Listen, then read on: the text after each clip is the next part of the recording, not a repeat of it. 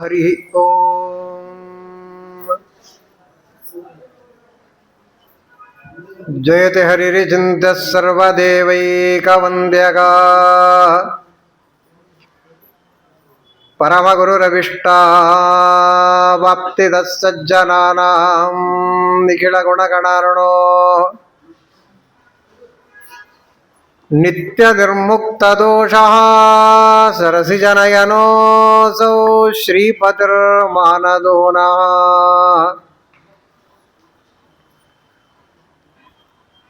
बुद्धिर्बलं यशोधैर्यं निर्भयत्वं मरोगता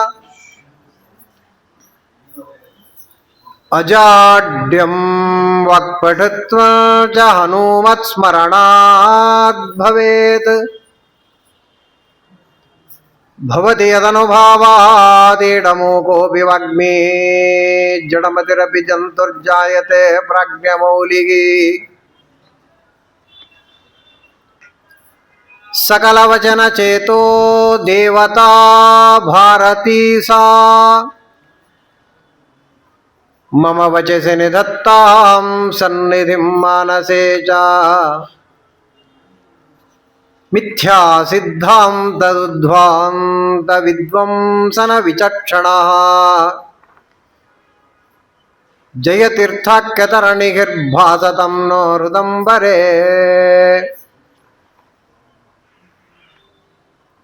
सत्याभिघ्नकराब्जोत्थान् पञ्चाशद्वर्षपूजकान् सत्यप्रमोदतीर्थार्यान् नौमिन्यायसुधारतान्। विशुद्धं यस्य कौपीनं सुविद्याबोधकं सदा श्री सत्यात्मगुरुं नौमि सुविद्येन्द्र नमस्कृतम्। अस्मद्गुरुसमारम्भां टीकाकृत्पादमध्यमां श्रीमदाचार्यपर्यन्तां वन्दे गुरुपरम्पराम्। स्वस्तिस्तु सताम् अखिलसन्मङ्गलानि भवन्तु। श्लोकैकश्रवणपठनमात्रेण वक्तुश्च श्रोतॄणां निखिलकलिखितकल्मषापनोदनपटुतरे धर्माद्यखिलपुरुषार्थसाधनीभूते श्रीमद्भागवते महापुराणे सप्तमस्कन्धे नवमोऽध्यायः। हरिः ओम्। सृष्टिस्थित्यप्यैहा नियतिदृशितमो बन्धमोक्षाश्च यस्मात् अस्य श्रीब्रह्मरुद्रप्रभृतिसुरनरद्रीडशत्रुवात्मकस्य विष्णोर्व्यस्ताः समस्ताः सकलगुणनिधिः सर्वदोषव्यपेतः पूर्णानन्दाव्ययो यो गुरुरपि परमः चिन्तयेतं महान्तम्। जन्माद्यस्य यतोऽन्वयादितरतश्चार्थेषु अभिघ्नस्वराट् तेने ब्रह्महृदायादिकवये मुह्यन्ति यं सूरयः। तेजो वारिमृदां यथा विनिमयो यत्र त्रिसर्गो मृषा धाम्ना स्वेन सदा निरस्तकुहकं सत्यं परं धीमहि। निगमकल्पतरोर्गलितं फलं शुकमुखादमृतद्रवसंयुतं पिबत भागवतं रसमालयं मुहुरहो रसिका। भुवि भावुकाः नारायणं नमस्कृत्य नरं चैव नरोत्तमं देवीं सरस्वतीं व्यासं ततो ग्रन्थमुदीरयेत्। श्री गुरुभ्यो नमः।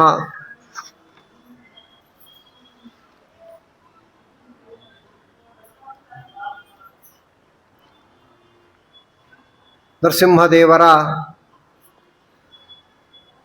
ಪ್ರಾದುರ್ಭಾವದ ಕಥಾಮೃತವನ್ನು ನಿನ್ನೆ ಕೇಳಿದ್ದೇವೆ.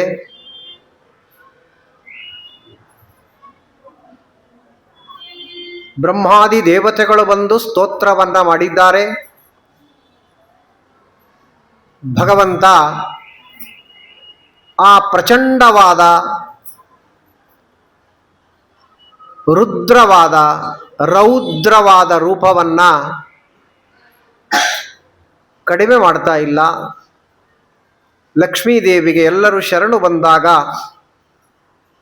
ಆ ಮಹಾನುಭಾವಳು ಯಾರಿಗೋಸ್ಕರವಾಗಿ ಅವತಾರವನ್ನು ತೆಗೆದುಕೊಂಡು ಆ ಪ್ರಹ್ಲಾದನನ್ನ ಮುಂದೆ ಬಿಡ್ರಿ ಅಂದಾಗ ಎಲ್ಲರೂ ಪ್ರಹ್ಲಾದರ ಕಡೆಗೆ ತಿರುಗಿದಾಗ ಪ್ರಹ್ಲಾದರಾಜರಿಗೆ ರೋಮಾಂಚನ ಆಗಿದೆ. ಬಹಳ ಸುಂದರವಾದ ಸ್ತೋತ್ರಗಳನ್ನು ಮಾಡ್ತಾರೆ. ನಿನ್ನೆ ಅದರಲ್ಲಿ ಒಂದು ಶ್ಲೋಕವನ್ನು ನೋಡಿದ್ದೇವೆ. ಇನ್ನು ಒಂದೆರಡು ಶ್ಲೋಕವನ್ನು ನೋಡುವುದಾದರೆ ವಿಪ್ರಾದ್ವಿಷಡ್ ನೋಡಿ ಎಂಥ ಮಾತಾಡ್ತಾರೆ. ವಿಪ್ರಾದ್ವಿಷಡ್ಗುಣಯುತಾರವಿಂದನಾಭ ಪಾದಾರವಿಂದ ವಿಮುಖಾಕ್ಷಪಚಂ ವರಿಷ್ಠಂ. ಒಂದೊಂದು ಶ್ಲೋಕಗಳು ಕೂಡ ಬಹಳ ಸುಂದರವಾಗಿದೆ ಅಂತ ನಿನ್ನೆ ಹೇಳಿದ್ದೇನೆ. ವಿಪ್ರಾದ್ವಿಷಡ್ಗುಣಯುತ 12 ಗುಣಗಳು ಇರಬೇಕು ಬ್ರಾಹ್ಮಣನಲ್ಲಿ ಅಂತ ಶಾಸ್ತ್ರ ಹೇಳುತ್ತೆ. ಯಾವುದದು 12 ಗುಣಗಳು ಅಂದ್ರೆ ಅದು ಮಹಾಭಾರತ ಹೇಳುತ್ತೆ ಅಂತ ಆಚಾರ್ಯರು ಇಲ್ಲಿ ವ್ಯಾಖ್ಯಾನ ಮಾಡಿದ್ದಾರೆ. ಜ್ಞಾನಂಚ ಸತ್ಯಂಚ ದಮಃಶಮಶ್ಚ, ಹೀಗೆ 12 ಗುಣಗಳಿಂದ ಕೂಡಿದ ಬ್ರಾಹ್ಮಣ ಅರವಿಂದ ನಾಮ ಪಾದಾರವಿಂದ ದ್ವಿಮುಖ. ವಿಚಿತ್ರವಾಗಿದೆ ಶ್ಲೋಕ. 12 ಸದ್ಗುಣಗಳಿಂದ ಕೂಡಿದ ಬ್ರಾಹ್ಮಣ ಪರಮಾತ್ಮನ ಪಾದಾರವಿಂದದಿಂದ ವಿಮುಖನಾಗಿದ್ದರೆ ಅವನಿಗಿಂತಲೂ ಕೂಡ ಶ್ವಪಚಂ ವರಿಷ್ಠಂ. ಶ್ವಪಚ ಅಂದ್ರೆ ನಾಯಿಯ ಮಾಂಸವನ್ನ ಬೇಯಿಸಿಕೊಂಡು ತಿನ್ನುವವ ಅಂತರ್ಥ. ಆ ಶ್ವಪಚ ಏನಿದ್ದಾನೆ ಅವನೇ ಶ್ರೇಷ್ಠ ಅಂತ ಹೇಳ್ತಾರೆ ಪ್ರಹ್ಲಾದರಾಜ.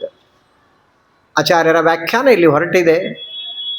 12 ಗುಣಗಳಲ್ಲಿ ಒಂದೊಂದು ಗುಣವೇ ಇದ್ರೇ ಸಾಕು ಅವನು ಶ್ರೇಷ್ಠನಾದ ಬ್ರಾಹ್ಮಣ. ಹಾಗಾದ್ರೆ ಇಲ್ಲೆಲ್ಲ ಏನರ್ಥ? ಭಕ್ತಿ ಬಹಳ ಮುಖ್ಯ ಅಂತ ಅರ್ಥ. ಎಲ್ಲ ಶ್ಲೋಕಗಳಲ್ಲಿ ಕೂಡ ಭಕ್ತಿಯ ಪ್ರಾಧಾನ್ಯತೆಯನ್ನ ಇಲ್ಲಿ ತಿಳಿಸ್ತಾ ಇದ್ದಾರೆ ಹೊರತು ಅನ್ಯಥಾ ಇಲ್ಲ ಅನ್ನುವುದನ್ನ ನಾವಿಲ್ಲಿ ಗಮನಿಸ್ತಕ್ಕಂಥವರಾಗಬೇಕು. ಹಾಗಾಗಿ ವಿಶೇಷವಾದದ್ದು ಭಕ್ತಿ. ಭಕ್ತಿ ಹುಟ್ಟಲಿಲ್ಲ, ನೀ ಏನು ಮಾಡಿದ್ರೂ ವ್ಯರ್ಥ. ಅರ್ಥಾತ್ ಆ ಮುಕ್ತಿಯೋಗ್ಯನಾದ ಜೀವ ಇದ್ರನೇ ಇದೆಲ್ಲ ಉಪಯೋಗ ಬೀಳುತ್ತದೆ ಅಂತ. ಆ ಮುಕ್ತಿಯೋಗ್ಯ ಜೀವನಲ್ಲಿ ಭಕ್ತಿ ಅನ್ನುವುದೇನಿದೆ ಅದು ಸ್ವಾಭಾವಿಕವಾಗಿ ಅವನಲ್ಲಿ ಇರ್ತದೆ. ಅಯೋಗ್ಯ ಜೀವನಲ್ಲಿ ದ್ವೇಷ ಇರ್ತದೆ ಪರಮಾತ್ಮನಲ್ಲಿ. ತಾತ್ಪರ್ಯ ನಿರ್ಣಯದಲ್ಲಿ ಶ್ರೀಮದಾಚಾರ್ಯ ಇದನ್ನೆಲ್ಲ ಹೇಳಿಕೊಟ್ಟಿದ್ದಾರೆ ನಮಗೆ. ಹಾಗಾಗಿ ಒಂದೊಂದು ವಿಧವಾಗಿರತಕ್ಕಂತಹ ಶ್ಲೋಕಗಳು ಅಷ್ಟೇ ಸುಂದರವಾಗಿವೆ. ಇಲ್ಲಿ ನೈವಾತ್ಮನಃ ಪ್ರಭುರಯಂ ನಿಜ ಲಾಭಪೂರ್ಣ ಮಾನಂ ಜನಾದ ವಿದುಷಃ ಕರುಣೋ ವೃಣೀತೆ ಯಜ್ಜನೋ ಭಗವತೆ ವಿದಧೀತಮಾನಂ ತಚ್ಚಾತ್ಮನೇ ಪ್ರತಿಮುಖಸ್ಯ ಯಥಾಮುಖ ಶ್ರೀ. ಪ್ರಹ್ಲಾದರಾಜರಂತಾರೆ, ಯಾರು ಸ್ತೋತ್ರ ಮಾಡಿದ್ರೆ ನಿನಗೇನು ಅಪಕಾಯದ ಮಾರಾಯ ಅಂತ.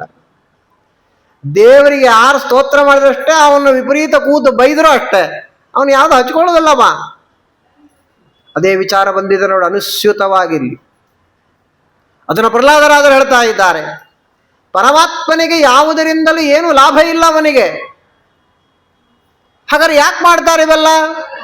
ಷೋಡಶೋಪಚಾರ ಪೂಜೆ ಮಾಡ್ತೀವಿಲ್ಲ ನಾವು, ಇವೆಲ್ಲ ಯಾಕೆ ಬೇಕ್ರಿ ಅಂತ ಕೇಳಿದ್ರೆ, ತಚ್ಚಾತ್ಮನೇ ಪ್ರತಿಮುಖಸ್ಸ ಯಥಾ ಮುಖಶ್ರೀ. ನಾವು ಕನ್ನಡಿ ಮುಂದೆ ನಿಂತಾಗ ನಮ್ಮ ಪ್ರತಿಬಿಂಬ ಬಿದ್ದಿರುತ್ತೆ.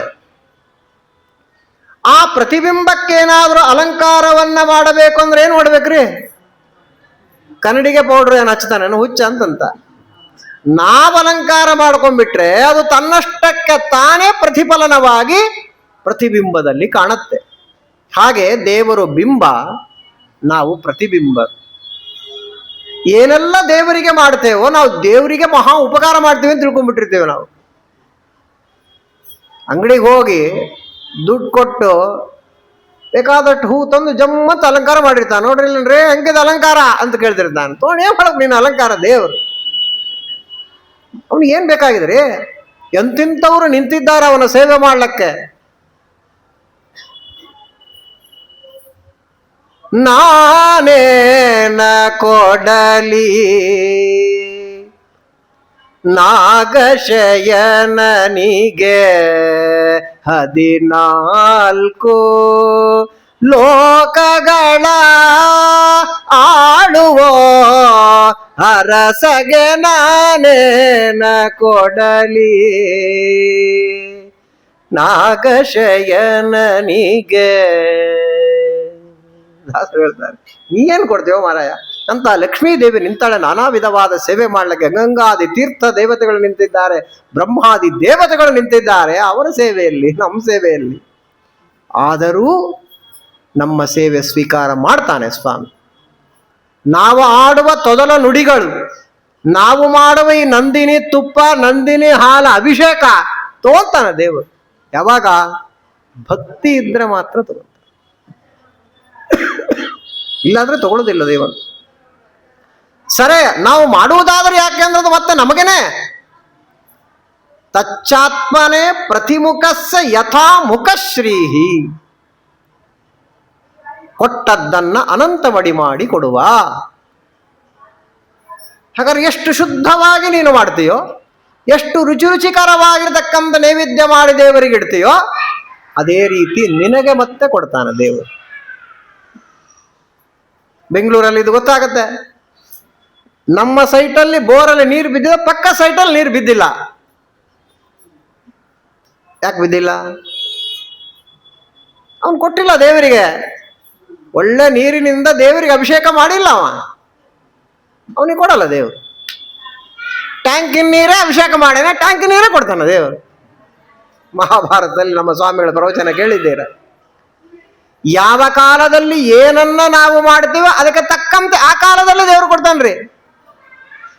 ಭಾರಿ ಕ್ಯಾಲ್ಕುಲೇಟ್ ಇದ್ದಾನೆ ದೇವರು. ಮುದುಕರಾದ ಮೇಲೆ ನೀನು ಶಯ್ಯ ದಾನ ಮಾಡಿದ್ರೆ ಅವನು ನಿನಗೆ ಮುದುಕನಾದಾಗ ಶಯ್ಯ ಸಿಗುವಂತ ಮಾಡ್ತಾನೆ ದೇವರು. ಈ ಥರ ಇದ್ದಾನೆ ಪರಮಾತ್ಮ ಅಂತ ಮಹಾಭಾರತ ಹೇಳ್ತದೆ. ಹಾಗಾದ್ರೆ ನಾವೆಲ್ಲ ಏನು ಮಾಡ್ತೇವೆ ಅದೆಲ್ಲ ನಮಗೋಸ್ಕರವಾಗಿನೇ. ಷೋಡಶೋಪಚಾರ ಪೂಜೆಯೂ ಹಾಗೆ ಇದೆ. ಬೆಳಿಗ್ಗೆ ಹೇಳಿದ್ನಲ್ಲ, ಬೆಳಿಗ್ಗೆನೋ ನಿನ್ನೆ ಹೇಳಿದೆ, ಕನ್ನಡಿಯ ಕೈ ಬಿಡಿದು ನೋಳ್ಪನ ಕಣ್ಣುಗಳು ಕಂಡಲ್ಲಿ ಎರಗದೆ. ಜಗನ್ನಾಥದಾಸರು ಇದನ್ನು ಹೇಳಿದ್ದಾರೆ.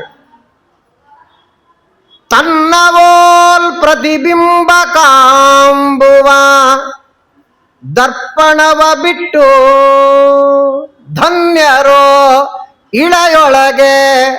ಎಲ್ಲ ಕಡೆ ಭಗವಂತನನ್ನ ಕಾಣತಕ್ಕಂಥದ್ದಿರ್ತದಲ್ಲ, ಅದು ಭಕ್ತರ ಲಕ್ಷಣ. ಹಾಗಾಗಿ ನಾವು ಏನೆಲ್ಲ ಮಾಡ್ತೇವೋ ಎಲ್ಲ ಕಡೆ ದೇವರನ್ನ ಕಾಣಬೇಕ್ರಿ. ದೇವರ ಪೂಜೆ ಅಂದ್ರೆ ಅದೇ ಅರ್ಥ. ಗಂಧಂ ಸಮರ್ಪಯಾಮಿ, ಅಕ್ಷತಾಂ ಸಮರ್ಪಯಾಮಿ, ಪುಷ್ಪಾಣಿ ಸಮರ್ಪಯಾಮಿ ಅಂತ ಮಾಡ್ತಿರ್ತೀವಿ. ಅದನ್ನು ಏರಿಸಬೇಕಾದ್ರೆ ಅದನ್ನು ಸಮರ್ಪಣೆ, ಅದು ಭಕ್ತಿಯಿಂದ ಮಾಡಬೇಕು. ಏನನ್ನ ನೀವು ದೇವರಿಗೆ ಕೊಟ್ರೆ ದೇವರನ್ನ ತೃಪ್ತಿಪಡಿಸಬಹುದು ಹೇಳ್ರಿ? ಅವನಿಗೆ ಸಮಾನವಾದ ವಸ್ತುನೇ ಇಲ್ಲ ಜಗತ್ತೊಳಗಡೆ. ಎಲ್ಲವೂ ಅವನಿಗೆ ಕಂಪೇರ್ ಮಾಡಿದ್ರೆ ಕನಿಷ್ಠವೇ. ಹಾಗಾದ್ರೆ ದೇವರನ್ನ ದೇವರಿಗೆ ಕೊಟ್ಟು ಅವನನ್ನ ತೃಪ್ತಿಪಡಿಸಬಹುದೇ ಹೊರತು ಇನ್ನೇನನ್ನಲ್ಲ. ಇದೇ ದೇವರ ಪೂಜೆ. ದೇವರ ಪೂಜೆ ಅಂದ್ರೆ ಬೇರೆ ತಿಳ್ಕೋಬೇಡಿ. ನಾನಾ ವಿಧವಾದ ಅಧಿಷ್ಠಾನಗಳಲ್ಲಿರುವ ಭಗವಂತನನ್ನ ಅವನಿಗೆ ಸಮರ್ಪಣೆ ಮಾಡುವುದು ದೇವರ ಪೂಜೆ. ಪುಷ್ಪವನ್ನ ಏರಿಸ್ತೇವೆ. ಅದಕ್ಕೇನೆ ನಿರ್ಗಂಧ ಪುಷ್ಪವನ್ನ ಏರಿಸಬಾರದು, ಸುಗಂಧಮಯವಾದ ಪುಷ್ಪವನ್ನು ಏರಿಸಬೇಕು. ಅದರೇನು ಸುಗಂಧ ಇದೆಯಲ್ಲ, ಆ ಸುಗಂಧದ ರೂಪದಲ್ಲಿ ದೇವರಿರ್ತಾನೆ. ಆ ಪುಷ್ಪ ಇದೆಯಲ್ಲ, ಪುಷ್ಪದ ಆಕಾರದಲ್ಲಿ ದೇವರಿರ್ತಾನೆ. ದೇವರನ್ನ ದೇವರಿಗೆ ಸಮರ್ಪಣೆ ಮಾಡಬೇಕು. ಎಲ್ಲ ಹಾಗೇನೆ.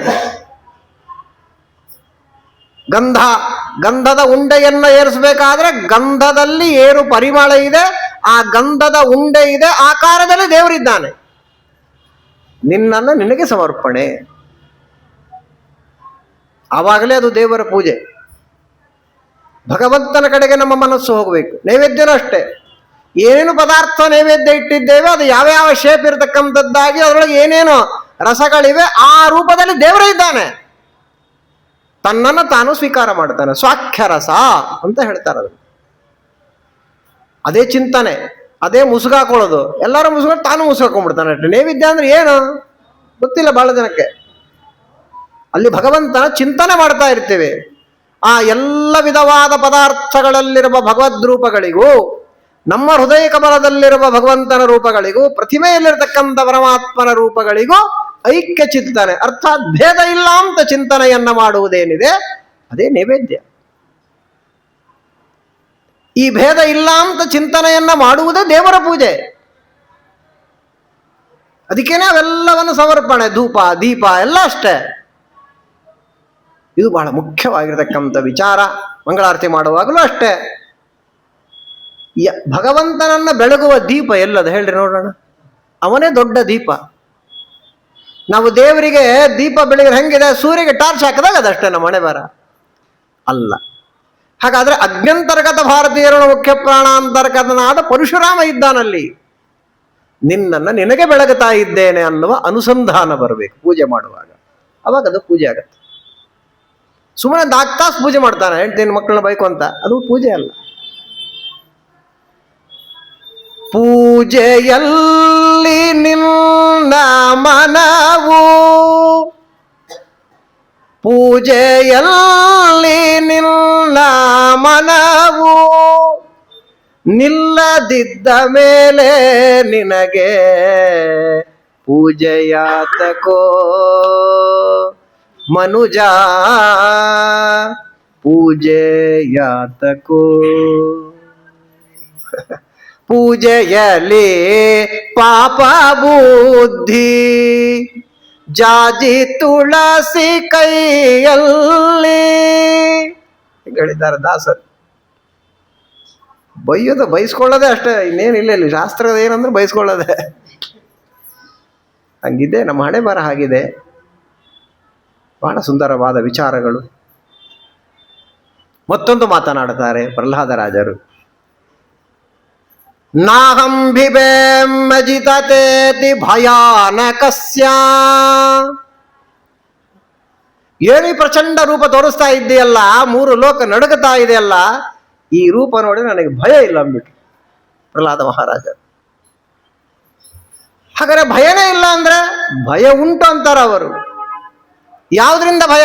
ಈ ಸಂಸಾರದಿಂದ ಭಯ ಅಂದ್ಬಿಟ್ಟು.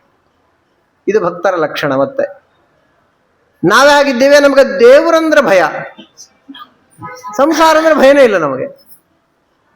ಬಹಳ ಜನ ಹಾಗೆ ಇದ್ದಾರೆ. ಅಲ್ರಿ ಯಾಕ್ರಿ ದೇವ್ರ ಪೂಜೆ ಮಾಡಲ್ಲ ಅಂದ್ರೆ, ಸಾಲಿಗ್ರಾಮ ಇದೆಯಪ್ಪ ಅಂತ. ಸಾಲಿಗ್ರಾಮ ಇದೆಯಪ್ಪ ಅಂತ ಹೆದರ್ತಾನವ. ಎದುರಿಗೆ ಹೋಟ್ಲ ತಿಂತಾನೆ ಹೋಗಿ, ಅಲ್ಲಿ ಅವನಿಗೆ ಹೆದರಿಕೆನೇ ಇಲ್ಲ. ಹೋಟ್ಲಾಗ ತಿನ್ಲಕ್ಕೆ ಹೆದರ್ಬೇಕು, ಸಾಲಿಗ್ರಾಮ ಪೂಜೆ ಮಾಡ್ಲಕ್ಕೆ ಹೆದರ್ಬೇಕು.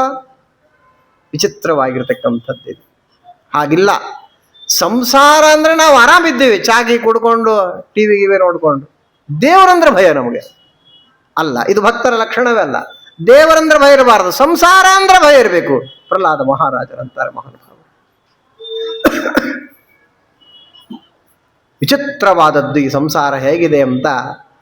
ಭೀತಾಪವರ್ಗ ಮರಣಂ, ಒಂದೊಂದಾಗಿ ಮಾತುಗಳು, ಸುಂದರವಾದ ಮಾತುಗಳು. ಸಮೀಯಾಂ ಕದಾನು ಅಂತ ಕೇಳ್ತಾರೆ. ತ್ರಸ್ತೋಸ್ಮ್ಯಹಂ ಅನ್ನತಕ್ಕಂಥ ಮಾತನ್ನಾಡ್ತಾರೆ ಮಹಾನುಭಾವರು. ಯಸ್ಮಾತ್ ಪ್ರಿಯಾ ಪ್ರಿಯ ವಿಯೋಗ ಸುಯೋಗ ಜನ್ಮ ಶೋಕಾಗ್ನಿನ ಸಕಲ ಯೋನಿಷು ದಖ್ಯಮಾನ. ಹೆಂಗಿದೆ ಈ ಸಂಸಾರ ಅಂದ್ರೆ, ಒಂದು ಯಾವುದೋ ವಿಧವಾಗಿರತಕ್ಕಂತಹ ಒಂದಲ್ಲ ಯಾವುದೇ ವಿಧವಾಗಿರದ ನಮಗೆ ಜನ್ಮ ಆದರೂ ಕೂಡ ಎಲ್ಲ ಜನ್ಮಗಳಲ್ಲಿ ಕೂಡ ಏನಾಗುತ್ತೆ ಸಂಸಾರದಲ್ಲಿ, ನಮಗೆ ಯಾವುದು ಪ್ರಿಯವೋ ಅದು ದೂರ ಹೋಗುತ್ತೆ, ಯಾವುದು ಅಪ್ರಿಯವೋ ಅದು ಹತ್ರ ಬಂದ್ಬಿಡುತ್ತೆ. ಇದು ಎಲ್ಲಾ ವಿಧವಾದ ಜನ್ಮಗಳಲ್ಲಿ ಉಂಟು ಅಂತ ಹೇಳ್ತಾರೆ. ಅದೇ ದುಃಖ ನಮಗೆ, ಅದೇ ಶೋಕಾಗ್ನಿ. ಅಂತಹ ಶೋಕಾಗ್ನಿಯಲ್ಲಿ ಸಕಲ ಯೋನಿಷು ದಖ್ಯಮಾನ. ನಮಗೆ ಏನ್ ಬೇಕೋ ಅದು ಬರೋದಿಲ್ರಿ, ಬೇಡದ್ದೇ ಒಕ್ಕರಿಸ್ಬಿಡ್ತದೆ ಬಂದು. ಸಂಸಾರದಲ್ಲಿ ಹಾಗೇನೆ. ದುಃಖೌಷಧಂ ತದಪಿ ಹೆಂಗಿದೆ ಅಂದ್ರೆ, ಇದು ಒಂದು ದುಃಖ ಬರುತ್ತೆ, ಅದಕ್ಕೇನಾದ್ರು ಔಷಧ ಬಡ್ಲಕ್ಕೆ ಹೋದ್ರೆ ಅದು ಇನ್ನೊಂದು ದುಃಖದಲ್ಲಿ ಪರಿವರ್ತನೆ ಆಗ್ತದೆ, ದುಃಖ ಹೋಗೋದಿಲ್ಲ. ಇವತ್ತಂತೂ ಎಲ್ಲರಿಗೂ ಗೊತ್ತಿದೆ, ಇಂಗ್ಲಿಷ್ ಮೆಡಿಸಿನ್ ಬಂದವರಿಗೆ ಹೊಟ್ಟೆ ನೋವು ಅಂತ ಹೋದ್ರೆ ಅವ್ರು ಡಾಕ್ಟರ್ಗಳು ಹಾಗೆ ಇದ್ದಾರೆ ತಿಳ್ಕೊಳ್ರಿ. ನಮ್ಮ ಕಾಲದಾಗೆಲ್ಲ ಇಷ್ಟ ಇತ್ತು ಹೌದಲ್ರಿ, ಪ್ರಿಸ್ಕ್ರಿಪ್ಷನ್ ಅಂದ್ರೆ ಸುಮ್ಮನೆ ಇಷ್ಟು ಬರ್ಕೊಡ್ತಿದ್ದೆ, ಇಷ್ಟ ಇರ್ತಿತ್ತು ಅದು ಚೀಟಿ. ಈಗ A4 ಸೈಜ್ ಶೀಟ್ ಇರ್ತದೆ, ಅದು ಆನ್ಸರ್ ಪೇಪರ್ ಬರೀತಲ್ಲ ಅಷ್ಟು ದೊಡ್ಡದಿರ್ತದೆ ಅದು. ಅವನು ಏನೇನು ಓದನೆ ಎಲ್ಲ ಬರ್ದ್ಬಿಡ್ತಾನೆ ಮಾರೆ. ನೋಡಿ ಯಾವ ಡಾಕ್ಟರ್ ಹತ್ರ ಹೋದ್ರೆ ನೋಡ್ರಿ ಏನು ಬರಿತಾನೆ ಕ್ವಶನ್ ಪೇಪರ್ ಬರಿತಾನ. ಎಲ್ಲ ಬಿಸ್ನೆಸ್, ಆ ಟೆಸ್ಟ್ ಈ ಟೆಸ್ಟ್ ಎಲ್ಲ ಟೆಸ್ಟ್ಗಳು. ಇವಂದೇನಿಲ್ಲ ಇಲ್ಲ ಕತೆ. ಇನ್ನೊಂದು 10 ವರ್ಷಕ್ಕೆ ಡಾಕ್ಟರ್ ಹತ್ರ ಹೋಗ್ಬೇಕಾಗಿಲ್ಲ, ಗೊತ್ತಲ್ಲ ನಿಮಗೆಲ್ಲ. ಈ ಡಾಕ್ಟ್ರಿಂಗ್ ಬರ್ತಾ ಇದೆ, ನಿಮ್ಗೆ ಏನೇನು ಆಗ್ತದೆ, ತಲೆ ಸೂಲ ಹೊಟ್ಟೆ ಸೂಲ ಏನೋ ನಿಮ್ಮ ಸಿಂಪ್ಟಮ್ಸ್ ಹೇಳ್ಬಿಟ್ಟು ಕಂಪ್ಯೂಟರ್ ಟಕ ಟಕ ಟಕ ಅಂತ ಹಾಕ್ಬಿಟ್ರೆ ಅದು ಟಕ್ ಅಂತ ಕೊಟ್ಬಿಡ್ತದೆ. ಇಂಥ ಗುಳಿಗೆ ತಗೊಂಡು ಅದು ಕೂಡ ಅಷ್ಟೇ, ಕಂಪ್ಯೂಟರ್ ಹೊಡೆದ್ರೆ ಮನೆಗೆ ತಂದು ಕೊಟ್ಬಿಡ್ತಾನೆ ಗುಳಿಗೆ. ಮೊದಲು ಡಾಕ್ಟರ್ ಹತ್ರ ಹೋಗಾಗೇ ಇಲ್ಲ. ಅಂದ್ರೆ ಎಂಥ ದಡತನ ಬಂತಲ್ಲ ನಮ್ಮಲ್ಲಿ. ಡಯಾಗ್ನೈಸಿಂಗ್ ಅನ್ನತಕ್ಕಂಥದ್ದೇ ಹೋಗ್ಬಿಡ್ತೀಗ. ಇವನಿಗೆ ಈ ರೋಗದ ಮೂಲ ಯಾವುದು ಅಂತ ಸರಿಯಾಗಿ ಅವನು ಡಯಾಗ್ನೈಸ್ ಮಾಡುವವನು ಡಾಕ್ಟ್ರು. ಇವತ್ತು ಏನು ನೋಡೋದೇ ಇಲ್ಲ ಅವನು. ಅಲ್ಲೋಗಿ ಇಲ್ಲೋಗಿ ಆ ಟೆಸ್ಟ್ ಈ ಟೆಸ್ಟ್ 24 ಟೆಸ್ಟ್ ಮಾಡಿ ಒಂದು 40,000 ರೂಪಾಯಿ ದಂಡ ಆದ್ಮೇಲೆ ಎಲ್ಲ ನಾರ್ಮಲ್ ಅಂತ ಬರ್ತದೆ. ಆಮೇಲೆ ಯಾವುದೊಂದು ಗುಳಿ ಕೊಡ್ತಾನೆ, ಅದು ವಿಪರೀತ ಆಗಿರ್ತಕ್ಕಂಥ ಅಲ್ಸರ್ ಆಗಿಬಿಡ್ತವೆ. ಒಂದು ಹೋಗಿ ಇನ್ನೊಂದು ಆಗ್ತದೆ.